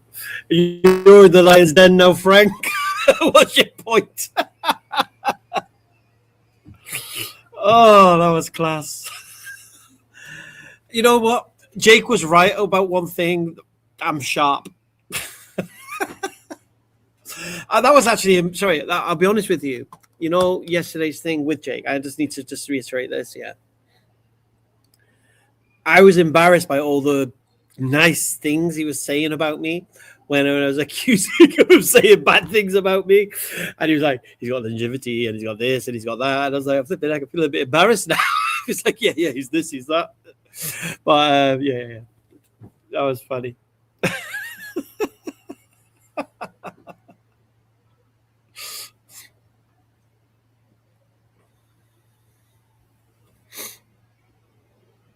Yeah, man. I mean, longer than that, because that was the very first arena on Hamza's Den, which started in COVID. And before that, he'd been coming on EF Dawah when we were doing the Bible streams. But he comes with the most irrelevant points and irrelevant questions.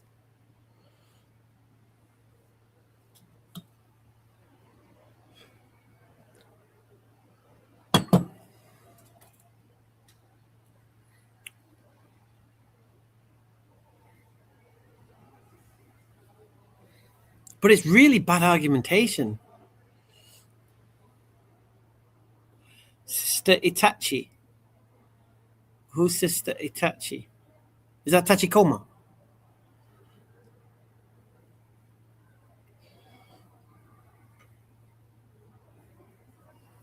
Exactly, Abdullah. All of his arguments work against his own framework as a Christian.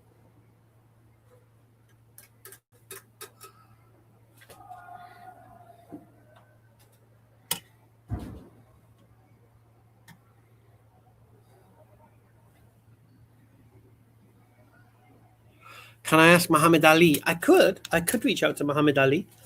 I'm going to sit with Ben and decide how to do the 100th arena, what we want to do. Do we want to have try to get some gladiators to come on each hour? So maybe, or maybe not each hour, maybe each 2 hours or something. Switch gladiators out. All TCs.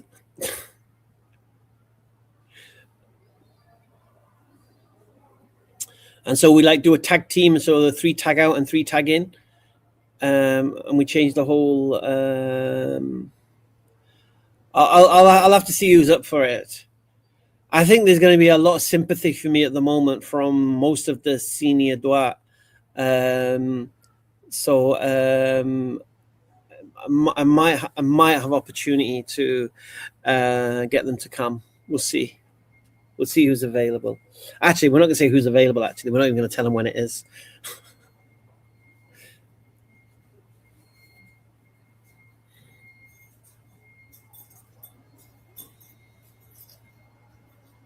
All the bad days teaming up for the arena. For the end of the arena.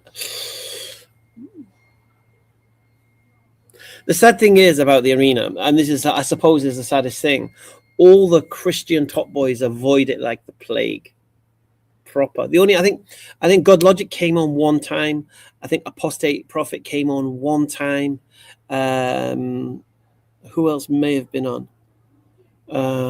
Samuel Green come on? Oh, Itachi Dawa Dialogues. I don't know who that is.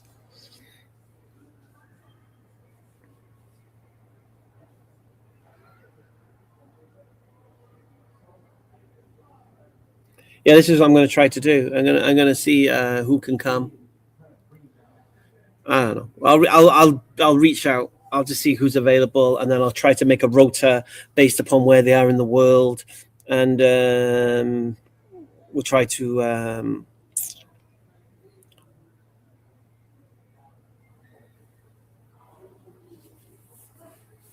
The big boys won't come. The Sam Shimons, the Logics, even the people like Christian Speakers Corner, man.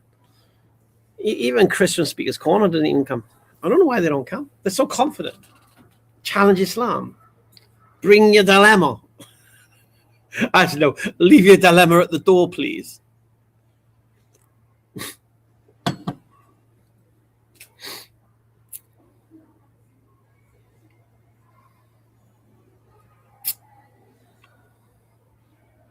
Yeah, that's what I'm thinking. I'm going to rotate the dais.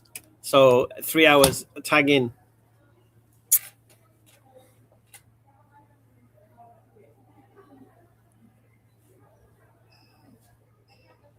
You think there's been some rework for the arena format? It has exposure. It has potential to expand more. I think Daniel Hakikachu did a debate arena. Daniel, I didn't sign the letter, mate. Can you not copy my format?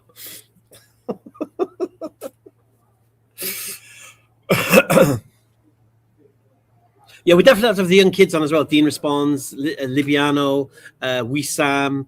We'll have Kids Corner or something like that. Bring the young kids on.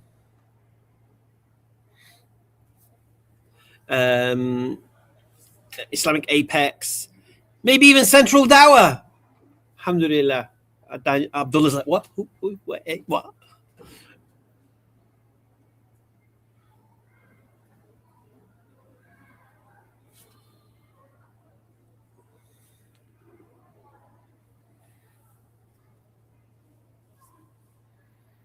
Why is nobody coming to say hello on TikTok? Everyone's gone quiet all of a sudden.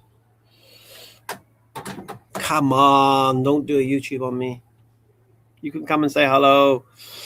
Just don't look. If you want I wouldn't say an easy time, but a less stressful time. Don't come on and whine about what the last person spoke about. Come on with your own position, and stop. You did that before to that guy. Just come on and sometimes take a deep breath. Present your argument, open, middle, end. So here's my claim, here's the reason for my claim, and here's what my claim means for you, type thing. Just structure what you got to say. Otherwise, it just goes bloody pear-shaped. Do a no English test Sunday. It will drive me nuts. It would drive me insane. But I really do think that Al-Zut argument, that stupid Al-Zut argument, to cement my position on this test. Yeah, I know God Logic was in the chat here on TikTok, but he didn't request.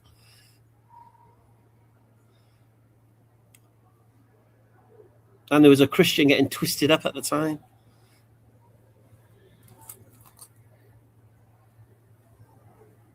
How do I rate Libiano and Dean Responds? Highly. They've done something that I've always wanted to do, that I think has been neglected over the years in the Dawah, even by our great giants, Zakir Naik and Ahmadiyya and such, is the church fathers, and examining those guys, your Ignatiuses and your Iraniuses and your Jeromes and your this and your that. These boys have cemented that into the whole picture. So this is why when I speak to Christians now about, for example, the Gospel of Mark, and they say, Peter's scribe, Mark's the scribe of Peter. I know now because of something. I think it was Dean Responds. Was it Dean Responds or Wissam? I think it was Wissam who said that Clement of Alexandria said that Peter never encouraged nor discouraged the reading of the Gospel of Mark, which is kind of weird. Because if Mark is basically Peter's scribe, then he would encourage people to read his work. Say, yeah, this is my experience with the Lord or whatever.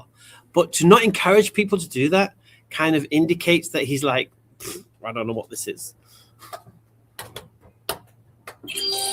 I learned that from, I think, Wissam. So they've filled in gaps that have existed. And these used to be things Christians used to go to, where we didn't have any knowledge. Oh, the church fathers, church tradition, or Ignatius, or Irenaeus, or Polycarp, and all this kind of stuff. But now these young pups are like grabbing onto this. Yeah. And what did he say about that? Like, for example, which the church father agreed in Trinity? This type of thing. And they know the works of Ignatius and all of these things. So for me, the ones I would categorize in that is Wissam, Islam Apex, Dean Responds, and Libiano. They're the four main ones. Ramsey's a little bit older now. I don't think he come with that flex either. But Ramsey speaks to the youth beautifully. So maybe we'll have Kiddies Corner and we'll invite the kids on. And I'll be honest with you, it's a doffing of my cap to those guys, because I always say one thing, that whoever I invite to the arena is this is something Jake said actually. Whoever I invite to the arena can only be somebody who I think I can learn something from, or I can benefit from. There's no point bringing somebody on who has the same knowledge. The people I bring on the arena, the gladiators, have to have more knowledge than me in certain aspects. And it doesn't necessarily have to be, because I did explain this as well. Keep saying this to Jake. It doesn't matter if you have the same knowledge. All right. Knowledge is not the key to this. Knowledge is one thing. And God Logic does the same as this. Yeah. God Logic does the same as this. So I know how he operates. It's wielding that knowledge. So it's knowing something and knowing how to utilize it, how to weaponize it, knowing the timing to use it. when to drop it, and it gives it the biggest mic drop impact. Do you get me? So these are things I can learn as well, mashallah.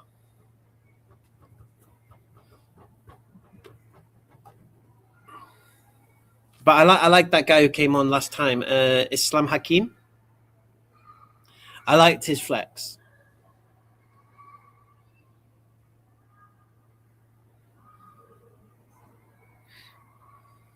No, don't do that, Sarah Boo. Let him do his thing. It's fine.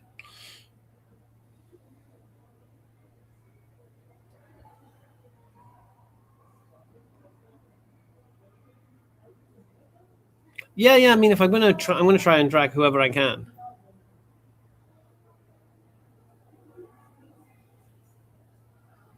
Yeah, I know Anas.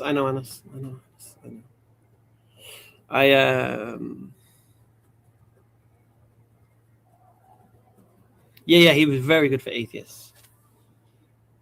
Like I said, even get like ponders on for an hour. Look, I'm not going to get them to commit a lot of their time. I'll say, look, just come for an hour. Just do an hour. Just show your face, do a thing, and then leave. No problem. Do you get me? Can't guarantee the guests, but we know how TikTok is. Maybe I'll ask we can do it like atheist hour or something like that. I don't know.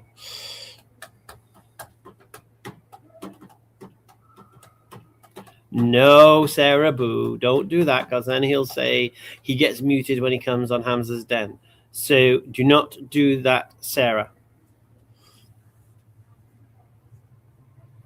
You got Sharif, you got Islam Hakim, you got Ponders, you got Abdul Rahman, the Swede. You've got who else you got who's good at atheists? But then we'll get Sabur. We'll try and grab Hamza Sortsis. I'll even aim, but I don't know if I'll get him, for Bassam S class Zawadi, mashallah. We'll try and get a Paul Williams. We'll try and get a Sheikh Uthman. No, we don't want to scare them to death, do we? You know what I mean? Thank you, Truth28. We'll see. I don't know yet. We might have to it might take longer than 2 weeks to put it together. Asadullah Ali needs to make a comeback, I agree. And what's the other brother, the Moroccan brother, man, who went to work in some Pacific island, who was really good as well. What was his name? I forgot his name, man. Or was that Asadullah? No. I can't think. Can you invite people who took Shahada on the arena to talk back about their journey? Yeah, but then it won't be an arena, will it? Then it's going to be a weird hodgepodge flex. You know, is it arena? Because we don't want not Ismail. No, he was a good kid as well. No, the Moroccan doctor.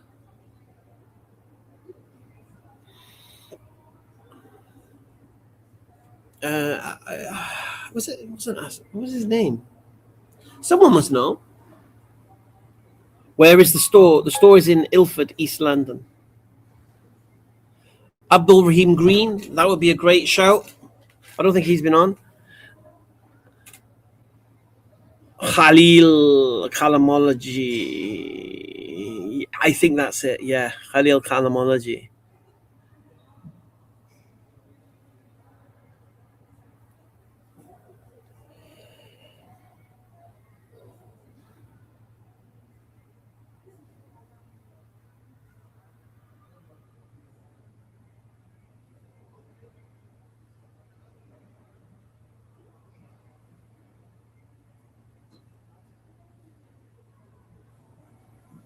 Hijab, Ali Dawa, Zishan.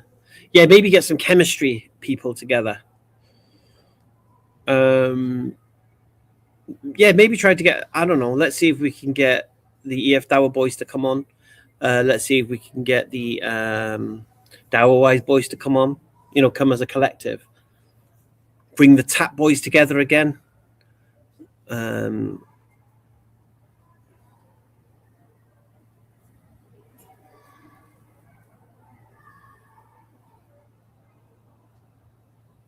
Yeah, it'd be nice, wouldn't it, if Abbas and the doctor.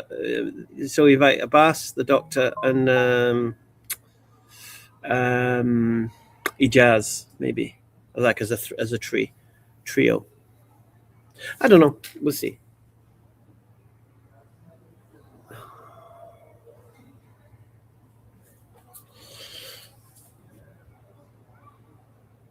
Abdul Rahman, next level, man. Of course, dawah-wise. Hashim, Mansoor, together. We'll see if we can get some special appearances from Lamaine from Speaker's Corner, and maybe who else? Obviously Yemeni. Yemenis are just, mashallah, resident. Brother Maurice, Zishan, Adnan Rashid. Yeah. These are all good shouts.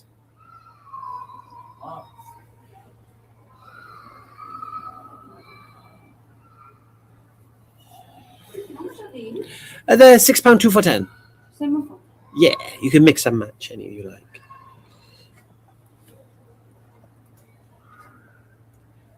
I invited Brother Yusuf from Stratford, but he gave me some weird excuse.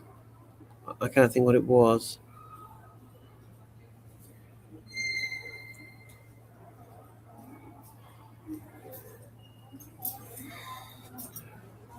Yusuf Ponders and Jordan M. Jordan M is a great shout. For the far right. Who wants their country back? Our. Yes, Abu Yahya. Yes, Hamza. Ahlan wa sahlan. Assalamu alaikum, brother. Wa alaikum assalam. What's up? You gotta put me to the what is called? Wait. That show you have on Friday. The arena. Put me on the panel. Huh? No. The arena, yes. What's your question? Come on. Can I put you on the panel? No, I'm just gonna say. Yeah, of course you can. Yeah, brother. Let me ask you a question. Why do you believe Islam is true? Brother, I'm Ahl Sunnah wa Jama'ah Muslim. Alhamdulillah Rabbil Alameen, brother. No, why do you believe it's true, Islam? I am a Muslim. Well, why do you believe it's true? Oh, okay. I don't know me. Because the Quran is true. Allah subhanahu wa ta'ala sent a man in the desert 1,600 years ago. And when I read the Quran, it's most complete, is perfect. That's why. Why do you believe it's perfect? Because when I read, it says to me how to behave, how to be good and kind, and it tells me who Allah is, and the life of Prophet Muhammad sallallahu alaihi wasallam. So everything makes sense. Yes, you've got 3, is it? Yeah. Okay. But why does that make it true? If something makes sense, why is it true? That's nice, that one from Malaysia. It makes true. Yeah. Why is it true? Why does that make it It's true? true because, first of all, sorry for my English. I'm from North Europe, so we that don't speak different English design? here. Yes. But it's Same true co- because Oh, it's the same design, different colour, isn't it? Yeah. No, I like these. All right. Yeah, go on. Because if you see the sky, everything, the tree, it makes sense. There's Allah subhanahu wa ta'ala, and when I read the Quran, when I read every ayah, every Quran, it says it's clear to me, Hamza. So Hamza, I'm not good at da'wah, so I gotta go home. Okay. Just so I understand, you're not good at dawah, yet you want to be a panelist on the arena. But in Somali, if I talk Somali, Thank you very much. Somaliland, Salam alaikum. Yeah. Okay. I'm gonna say no. Okay, I'm just okay. I figured out that. But anyways, Hamza, I follow you many times. I'm gonna say, take care, brother. Assalamu alaikum. Wa alaikum salam, akhi. I guess so. Can I be a panelist on the arena? Computer says no. Oh, sorry, I have to do this, don't I? Can I be a panelist on the arena? Computer said no. It was a beautiful person.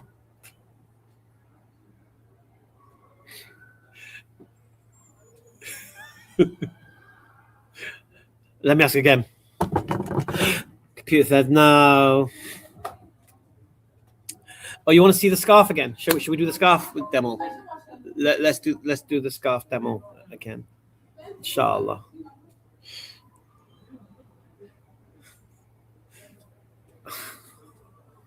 Okay, so you want to buy one? Okay, all right. So let me show you then. Oh, okay. So we're gonna show the scarf again. I'm gonna do the same spiel because it is what it is. So this is the Effortless Instant Jersey Hijab. It's our flagship scarf here, Fab Hijab. It's basically a jersey hijab which you just slip on and wrap. Yeah, no pins, no magnets, no undercaps. It's fantastic for girls that are moving from the more younger girl scarf to a normal scarf, but you don't want the hassle in the school mornings. It's perfect for that. It's fantastic for new hijabis. It's fantastic for reverts. It's fantastic for Ramadan when you go into iftars. It's fantastic for Umrah when you just want to go down for breakfast. Just slip it on, wrap, job done. Alhamdulillah. It comes in 14 gorgeous colors. I'll show you how effortless it is. Ooh.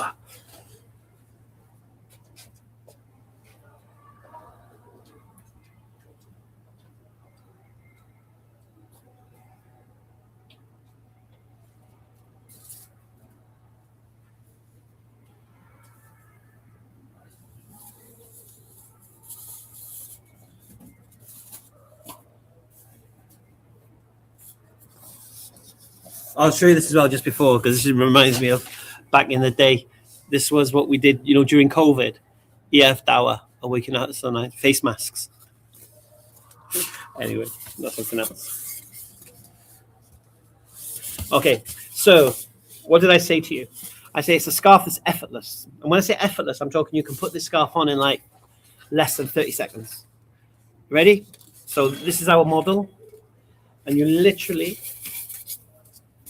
just slip the scarf on first, and already completely covered. And then you just take this part, one wrap, scarf is completely done. No pins, no nothing. And what you can do as well, if you want, you can just wrap it around the neck. If you want to do like, the Instagram style where you just drape it over, you can do that as well. The good thing is about the size, you see this part here, when you wrap, it tightens it up. So this is our instant jersey scarf. It comes in 14 colors. Hi there. Salam alaikum. I prepaid for, I think prepaid. Go on. For 4 Khaliji chiffons, and I collected only one of them because the other 3 were not available. I have the receipt though. Black. Black, yes. Okay.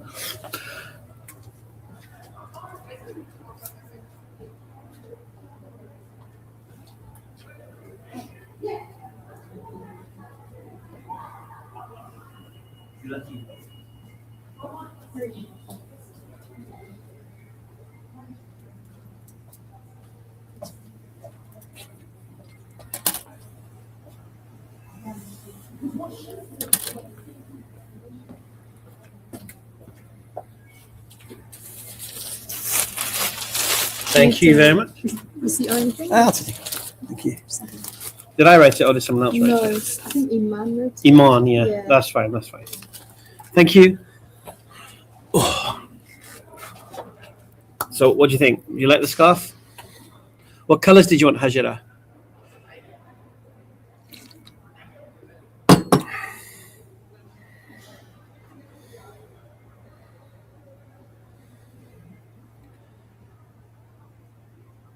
So what color do you want, Lollipop? If you want to order it, we've not quite made it like TikTok shop yet. Black or chocolate brown. So that's the chocolate brown. It comes in chocolate brown, light brown, black, white, off-white, forest green, khaki green, blue jean, navy blue, Bordeaux, and sand, and camel. And dark gray and light gray. So if you want to order one, send me a message here on TikTok. Do it now so you don't forget, and then I can get in touch with you and I can show you the colors and whatever it may be. So if you're interested in the scarf, so Hajira, you can do that. Just send me a message on TikTok here and send me a follow if you've not following me. I'll follow you back, and inshallah we can arrange it. Anyone on YouTube interested, you can email me at fabhijab2016@gmail.com. Can you order from Norway? Okay, the one thing I would say about that lollipop is yes. The problem is you would need to pay your postage. So I could find out how much the postage is. So it's the same principle. If you send me a message, lollipop, and telling me what you're interested in, show you the colors or whatever, I can then tell you what the postage to Norway would cost. They're £8 each, Queen Rama, or 2 for 15. And I think there's 14 colors rather than a dozen.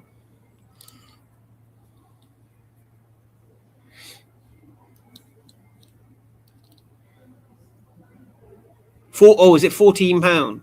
Okay, so a brother here in the chat is saying it would cost £14 to send to Norway. Let me just see. Royal Mail, small or medium parcel. Medium parcel to Norway.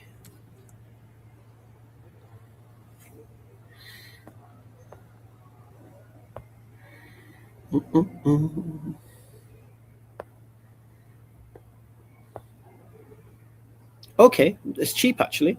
So internationally tracked, taking 3 to 5 days, is roughly a parcel.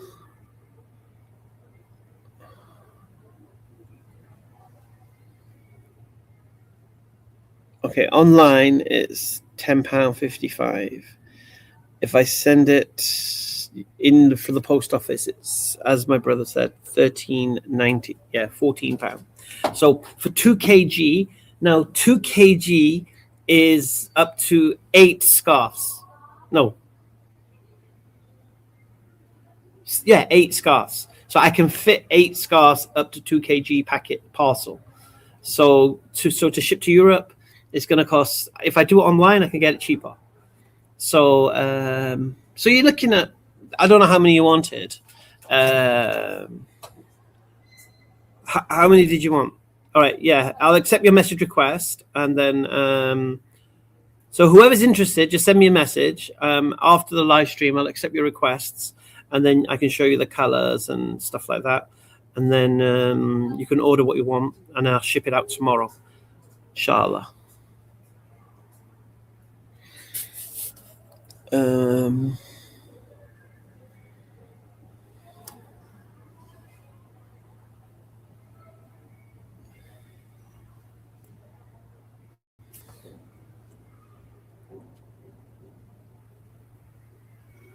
anybody else in the chat who wanted one of these beautiful scarves, I'll show you again because it's just so nice.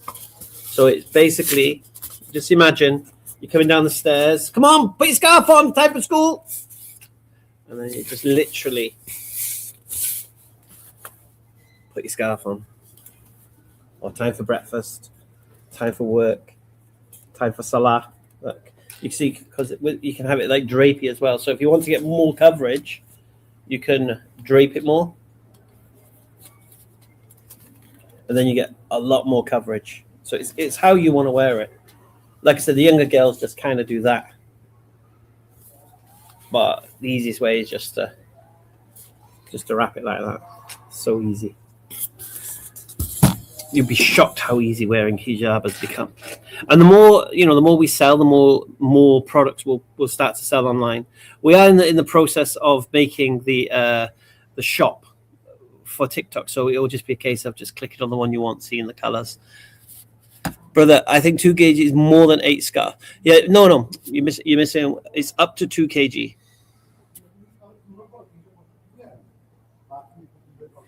So basically, I'll show you the size of my envelopes.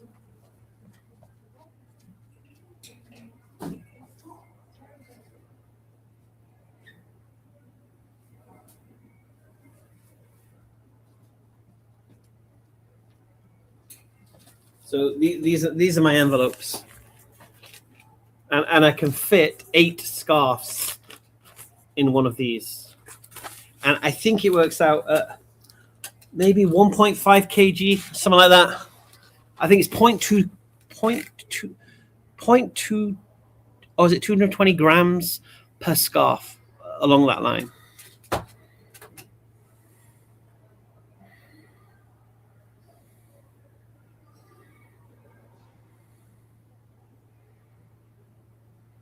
Oh, Miss Orlando thinks they're terrible. Why do you think they're terrible, Miss Orlando? You wouldn't have to wear a wig then.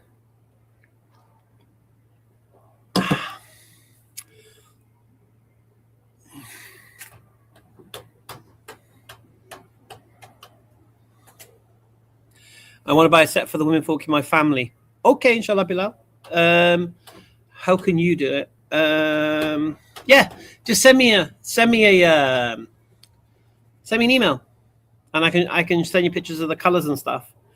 It was so funny. One guy, the one the other day, wanted to buy it from California or something, and he thought I was selling the Burberry scarf I was wearing.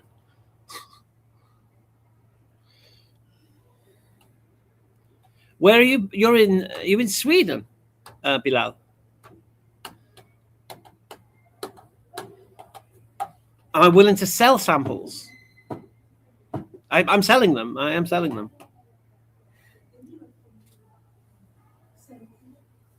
Any Jake news since the last stream? No. It's done. The Jake situation for me, I think, is over. I just took umbrance when someone said my arguments were weak. He didn't say my arguments were weak. Job done.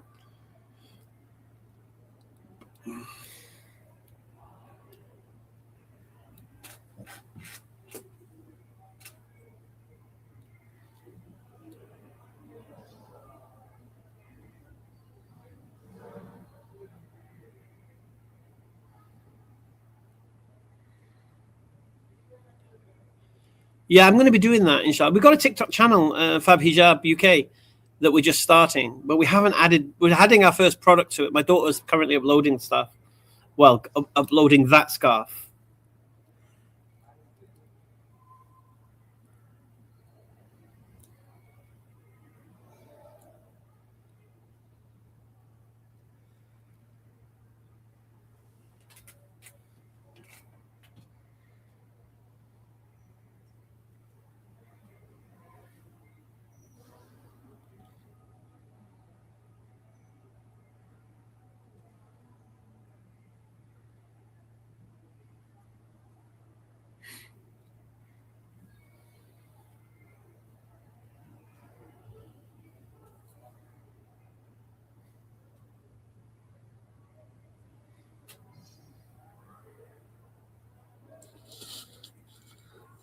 Assalamu alaikum.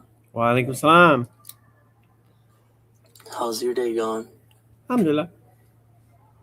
How's yours going? Alhamdulillah.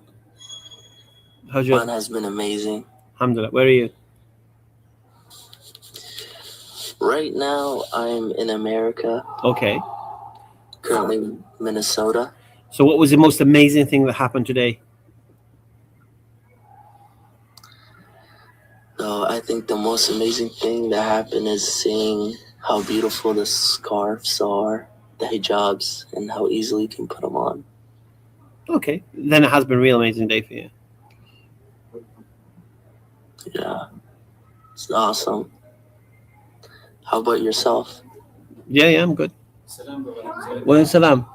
Just wanted to say salam. We see you on Speaker's Corner, innit? What's My up? little one, we see you on Speaker's Corner. My wife as well. What's up? We're refits as well, innit? Okay, Yeah, alhamdulillah. so we've been refit third Ramadan coming up. Oh, really? Yeah. I recently found out you have a shop here. Yeah, alhamdulillah. You should buy her a nice scarf for Ramadan. Yeah, inshallah, we'll come around closer this time. We're going to Egypt, so we're trying to get bits and pieces for that and everything. Okay, How's things mashallah. with you? Let me show you a nice scarf while you're here. Wa alaikum assalam. This is Jaden. How you doing, Jaden? This is Brother I'll tell you why this scarf is perfect for you. Yeah. It's a slip-on scarf. No pins, no caps needed. Okay, first thing. Second thing, it's in a nice jersey fabric. Third thing, it's designed for ladies who wear glasses. So it's like The whole and you can put it on in less than 30 seconds, even if you've never worn a scarf before in your life. You ready? So like this, and it comes in 14 colors. Yeah. It goes on like this, and then this part, you just wrap it, and that's it. Life seems to be getting easier. For So the easy. sisters No and everything, excuses, but- man. No excuses. But for the brothers, we're still trying to get beard oil corrected. Yeah. Well, if you let your beard grow, you might need some beard oil. Okay. I can't grow. Oh, shut up. You Try hard. let it grow. Yeah, little patches You and don't. You. What's the word? You don't prevent it growing. You just let it grow, bro. You know, in the words of Elsa, let it grow, let it grow. And you see here, it's got the slits for the ears, for the glasses. So when you put your glasses on, like so. Yeah.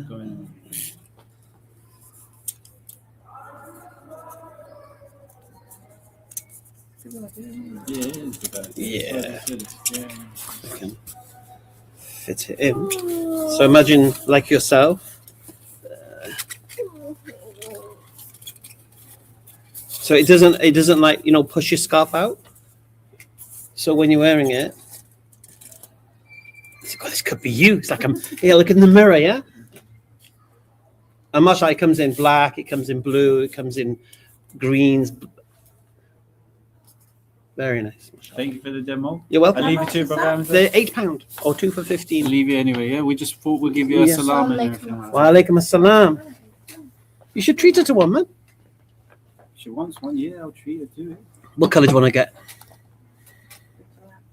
Black one. What it is, you see, you don't have to wear it now, but what the beautiful thing is, keep it with you, and when you're ready, or if I don't know, maybe in-laws are She coming. has a silk scarf Silk one. around there. Silk one's gonna go left, right, this, that, knee caps, knee pins.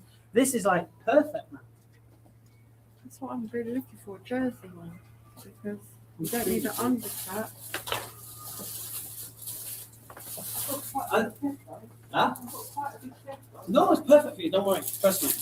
And like I said, look, it's not a pressure for you to wear a scarf now, but you know when you've got a scarf and you know you've got one, and I need to wear a scarf. It's there for you. Yeah. Where's your accent from, brother Hamza? You got like. I'm from everywhere, mate. Yeah, where? Where was you before you came to London? Then? Wales, South That's Wales. probably why I keep thinking Manchester. No, from Manchester. I was born in Manchester. That's why I think. Grew up in South Wales. Me and him watch you like in speaking school. And he always says like it sounds different sometimes. Can you cash a card? Card, please. He's in there. Next time I see you, hopefully I don't recognize you. Yeah. Oh, so you're from Egypt, then I'm assuming. No. Oh. I'm from. My family originates from Trinidad. Trinidad. Okay. I'm born and raised there. Okay. But Egypt's like our second home. We've been there 3 times in a row. We're just going third time. We're With probably going to look friends, elsewhere. have Ramadan with our friends. Where else do you recommend similar weather like Egypt's? Not too hot and not too cold. What, this time of year? February-ish. We always go Qatar. February. That's expensive though, isn't it? Yeah, it's not. Or what you can do, you can go to somewhere like Ajman, which is in UAE, and Qatar you can fly over. It's like an hour's flight or something. Yeah. I'm not talking about getting there. I'm talking about staying there. Everything must be a little bit expensive, no? I'll be honest with you, I ain't got a clue what anything costs in Qatar. Because whenever I go there, I just get hosted. People pay for my food, my accommodation. If you ask me how much food costs, I ain't got a clue. No. But it's one of the rewards from online. No, alhamdulillah. For what you do. No, subhanallah, you know, one thing you know about Arabs, yeah, they're so gracious hosts, such gracious hosts, 100%. that you go there, they want to feed you, they want to this, they'll take you here. And we met a family in Hyde Park. From Saudi. Mm. They just come here for 2 weeks. Mm. My little one played with them, and they were like, Go to Riyadh. Over here. You'll love it. I went to Riyadh in October. Next level. Yeah. Next level. Where else you been? Everywhere. Dubai. Yeah, Must say Dubai. Everyone goes Dubai. Dubai, Right? Sharjah, Yemen, not Yemen, Where's the most Oman. oddest place you've been that no Huh? one else goes? Where's the most oddest country you've been to? No one goes. No, I don't travel in that way. Whenever I travel, it's purposeful. Business. I never travel for the sake of it. I can't do holidays. Okay. If So I you go don't go there for sun, sea, or No, whatever. forget that. You've been Palestine. I've never been there. I'd love to go to Masjid al-Aqsa. I really would, but I don't think I'll have the patience to deal with the Israelis. No. We've got friends. And they like to mess you around. Yeah, hold you we've got a back. friend. We've got a friend Yeah. who who's been They were detained for 10 hours. and they kept every stop. The Israeli soldiers came and put a gun in his face. Yeah. I can imagine. And they're pointing it at the little ones, just letting them know that Yeah, we're I here, know. we're here. That's why I don't know. I don't know if I'd have the patience. I've seen you on Hyde Park. You're not really patient, but, That's it, but so you know I- what? Sometimes these Arul and all of them they deserve. Yeah, definitely. Because Look, like I don't think I've got enough patience for Hajj. Forget that. Subhanallah, tolerating ignorance and. You've been? No, I'm not ready for Hajj yet. Because you have to like suck up all the, because ritualistic stuff. So there's ritualistic things we do in Islam, no problem. But the people doing that ritual over the welfare of other people. But Umrah is a bit more like shaved down a little bit. You'd have to do the full rituals. No, right? No. Hajj is where you do the full flex. So how many stuff is there that you do in Hajj that's not in the Umrah? I don't know exactly, but I know in Umrah you've got the Tawaf and you've got the Safa Someone Marwa. said you've done in one day and the rest is yours. Done in 2 hours, the Umrah. But Hajj is 3 days. You go to the camp, you go to Mina, you go stone the Jamarat, you do all sorts of different things. But even Umrah, man, when you watch people near the Black Stone, Yeah. Go a bit much crazy. Yeah. all they have to do is just form a queue. Everyone kiss go. But it comes like a borderline sort of like attachment to it, and that's probably why all these non-Muslims take it. Like, why are you worshipping him for? Like, they get a bit too Wallahi, emotional. if you go to the Kaaba and you see them how they are with that Kaaba, you would swear they're worshipping that box. Yeah, and that's If where you they weren't a get- Muslim. I think that's where the non-Muslims get it from. 100%. It looks that way. Yeah. Wallahi, my missus just wanted to touch the Kaaba just for the sake of touching it, right? I had to say, guys, it's not a magic box. Because the way they're holding on to it for dear life and not letting anyone else It's get just near the it because they're direction, holding right? it. It's just the direction. Where's your partner from? Morocco. So she's Muslim, always been Muslim? Yeah, of course.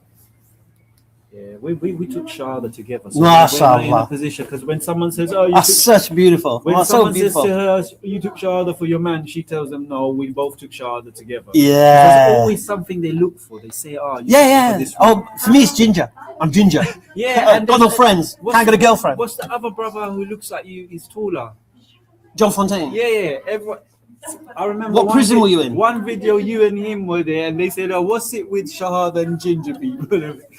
How stupid can you be? Like? No, but because what it is, you see, this is what human beings are like. So I'll give you an example. When I watch a horror movie, horror movies scare me. But then I think, wait a minute, I would never be in a cabin next to a lake, so I don't have to worry anymore. So what happens with people? They need to find, if they think Islam is so bad and they see someone embracing this religion, they need to say, why have they done that? And then when they hear, if they think, oh, they've been to prison, yeah, that's why they did it. Oh, they're ginger, that's why they did it, all right? Or, oh, you married a Muslim, that's why you did I think it. That's the two reasons. Because what happens You've if you married a Muslim or you've been in prison? Subhanallah. They don't want to believe that someone's come The to the scariest thing for them is that it's someone like me. Why? I've never been to prison. Okay, first thing. Second thing, yeah, I had a girlfriend. I had a girlfriend 6 years, but I had to leave when I became Muslim, yeah? Third thing, I wasn't living on the streets homeless. I had a finance business. So me accepting Islam is like, what?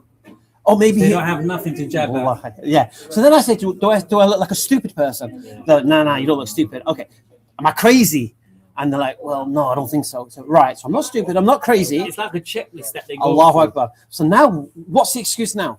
Why would I, who is not crazy, not stupid, wasn't on my knees, never been in prison, choose Islam? Yeah. Because they have to then question, why haven't they? Yeah. I think that's what it is. Yeah, It's the fact subhanallah. that they're stopping themselves and they find it easier. Like, They want to, if I said I've been in prison, they can relax. Well, I've not been in prison. I don't need Islam. I mean, like, just to go off a bit of topic, like most of the serial killers films that Yeah. I've watched on Netflix. Be careful, we're live, you know that, on Yeah. TikTok and YouTube. On Go on. Netflix, they usually have this little desire, which is abnormal to Mm, them. mm. So they go target these type of people just to hate it. Mm. As long as they're killing people from that community. Yeah. So that's what I think. As long as they're hating Muslims, they feel like they're. Well, this is why they- people say they to never embrace. so people say to me, like for example, oh, why don't you get angry with these people? What they say about the Prophet ﷺ and all these things. I said, listen, man, these people are believing in a caricature what they think Islam is, and I would probably hate that caricature more than they do if that was Islam. But that's not Islam. So I have to unpack Islam for them because they're hating something that doesn't exist. Do you understand? So I can't be angry at them. I need to feel sorry for them that they've been tricked into thinking this is Islam. Do you know what I mean? So alhamdulillah, so people get unnerved when they see someone like me who's had no reason to become a Muslim. You said it's on live. Yeah, Not yeah, on live. camera or anything, or just the voice. Just your voice. Oh, that's- Everyone recognizing? Hello. All right, my brother. Salam, Brother Hamza. Thank you Inshallah. for a little bit of knowledge. and Alhamdulillah. understanding. Wa alaikum Next time assalam. we're around, we'll give you a little salam again. and- Yeah, inshallah. Yeah, feel free, pop in. Take care. Bring tea, yeah? Take care. Assalamu alaikum.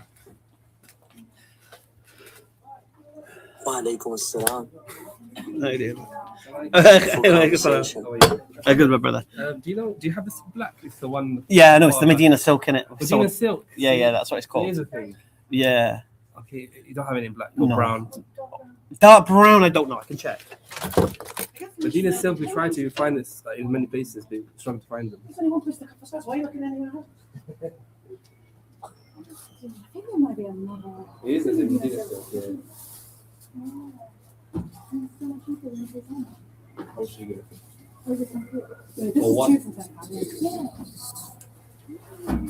but it's because they're hard to find. So when you do, yeah. No, but dark brown is sold out as well. Oh, the brown Oh, silk. but you should know they Okay. do. Yeah, so. Do you know when you come back in stock usually?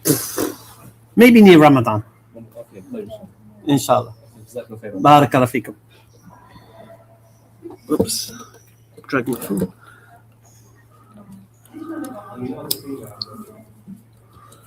Oh. How was that sales? I'm a good salesman, isn't it? Sold that scarf. What do you want, bro? That was amazing. I was wondering if I can recite one surah and then get up out of here, take a shower. Go on then. What surah? What surah? Surah Al-Fatiha. Oh, that's a nice one. Go on then. Yes, and I would like you to let me know if there's any separation or segments of mistakes when the light stops. What? So when I'm reading, I would like you to let me know if there's any points that I need work on, points of error. Oh, I'm not an expert. Maybe Go in on. the future Go you on, can my let me brother. know. Go on, my brother. Go on, my brother. Okay. أعوذ بالله من الشيطان الرجيم بسم الله الرحمن الرحيم الحمد لله رب العالمين الرحمن الرحيم مالك يوم الدين إياك نعبد وإياك نستعين اهدنا الصراط المستقيم صراط الذين أنعمت عليهم غير المغضوب عليهم ولا الضالين. MashaAllah. Beautiful. Beautiful. Thank you. I appreciate you having me here. You're welcome, Akhi. Assalamu alaikum. Wa alaikum assalam. So brother, can I get these two? You can indeed, my brother. MashaAllah.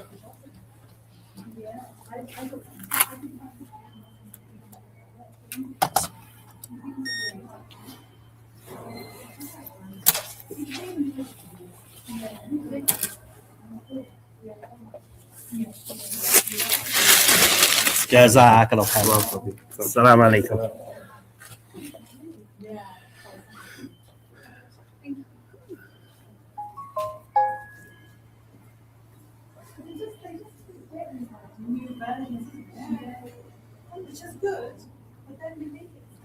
Yeah, I know my video with Jake is making its rounds on Twitter.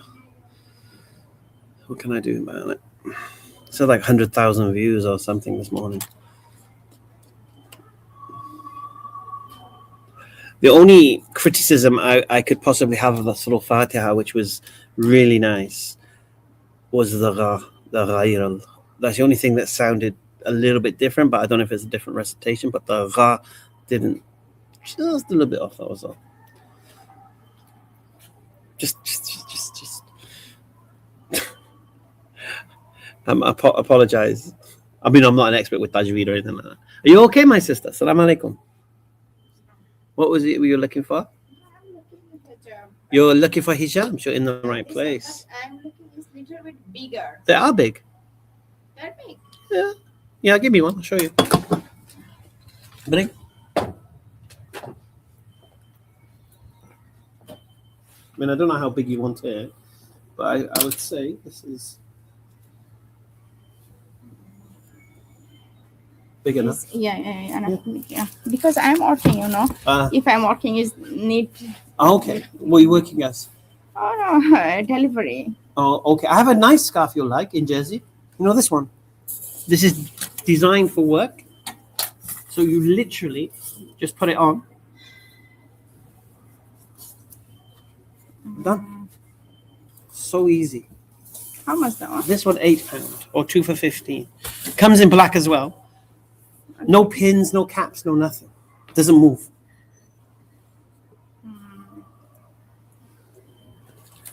And this one, how much? This one's £6. £6. Can I see? Yeah, that? this is really nice. Because you can make it drape if you want big size, or you can have it tight. It's up to you. But for work, delivery. Yeah. What do you deliver? Parcel delivery. What, you drive van? Yes. No. Yeah. You must get some funny looks when you're driving your van, mashallah. No, I am driving my own car. Oh, your car. Yeah, Mashallah. my car, but is it's Every. Do you know the Every? Avery, yes. This is my car. I'm taking my car. Ah, mashallah. I have a fixed ground because my husband is helping me. Mashallah. That's I need to. You prefer this one or this one? This is okay. Okay. So these are £6, 2 for 10. So if you want to choose, Can I get £5? No.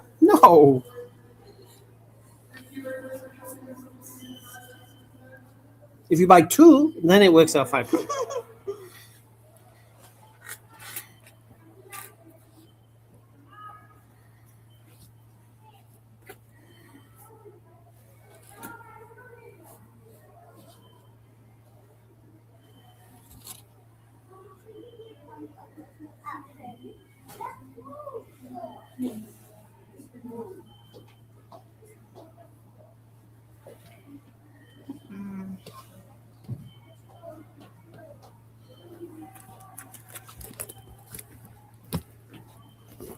Okay, I'll come back. Yeah, okay. Probably won't have black, and it's still going to be £6. Yeah. Okay. £6, 2 for 10, my sister.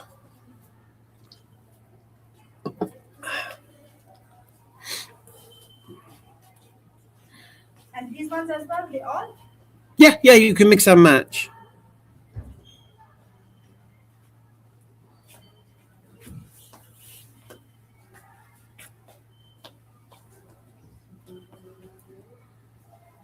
Wa alaikum assalam, M. Landon, 85. Even the demons recognize Paul.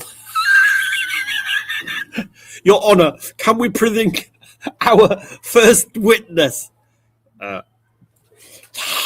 Yes, we say yes, that's him. If your first witnesses are demons, not the greatest witnesses, mate. Imagine your witnesses. Yes, that's the one. He's the one.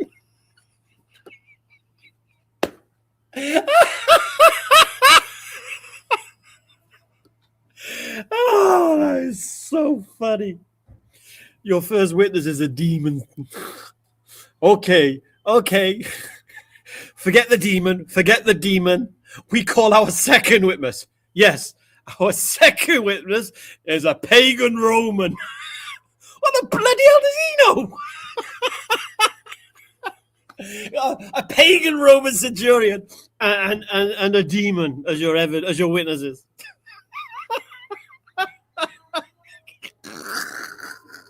Yes. Yes, we must believe the demon. Yes, fat hobbits. He wants it. But imagine, yeah, I believe it's true because a demon told me.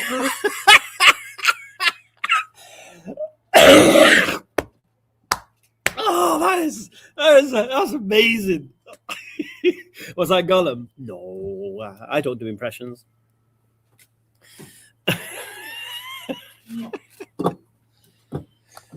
He wants it. That was amazing. Oh.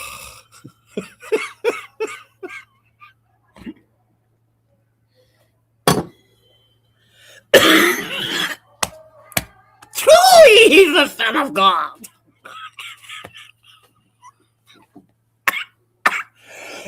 I'm choking. Oh, man. Oh. All right. Oh, I amuse myself.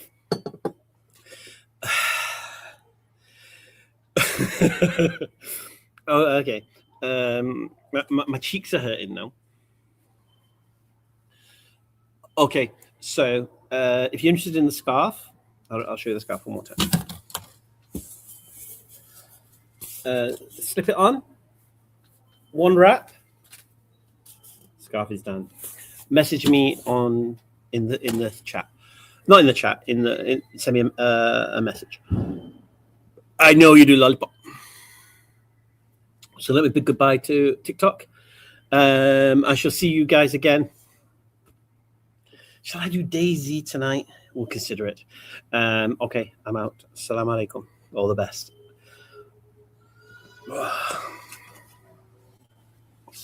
That was amazing. I nailed her go with Pennywise. Hello. Saul was like Littlefinger and got Game of Thrones. Exactly. All right. I'm out of here. Thank you for being here, joining me in the shop. I shall see you again on Wednesday. We'll probably do some gaming later on DayZ. So if you're for DayZ, come to the gaming channel, which Bilal has just shared, and we'll have a chat.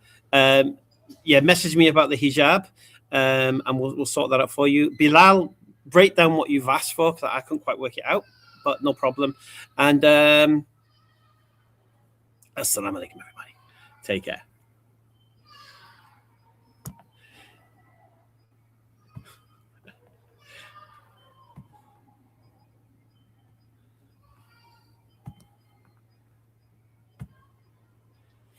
Here comes the lion! The lion! Ha ha ha ha ha!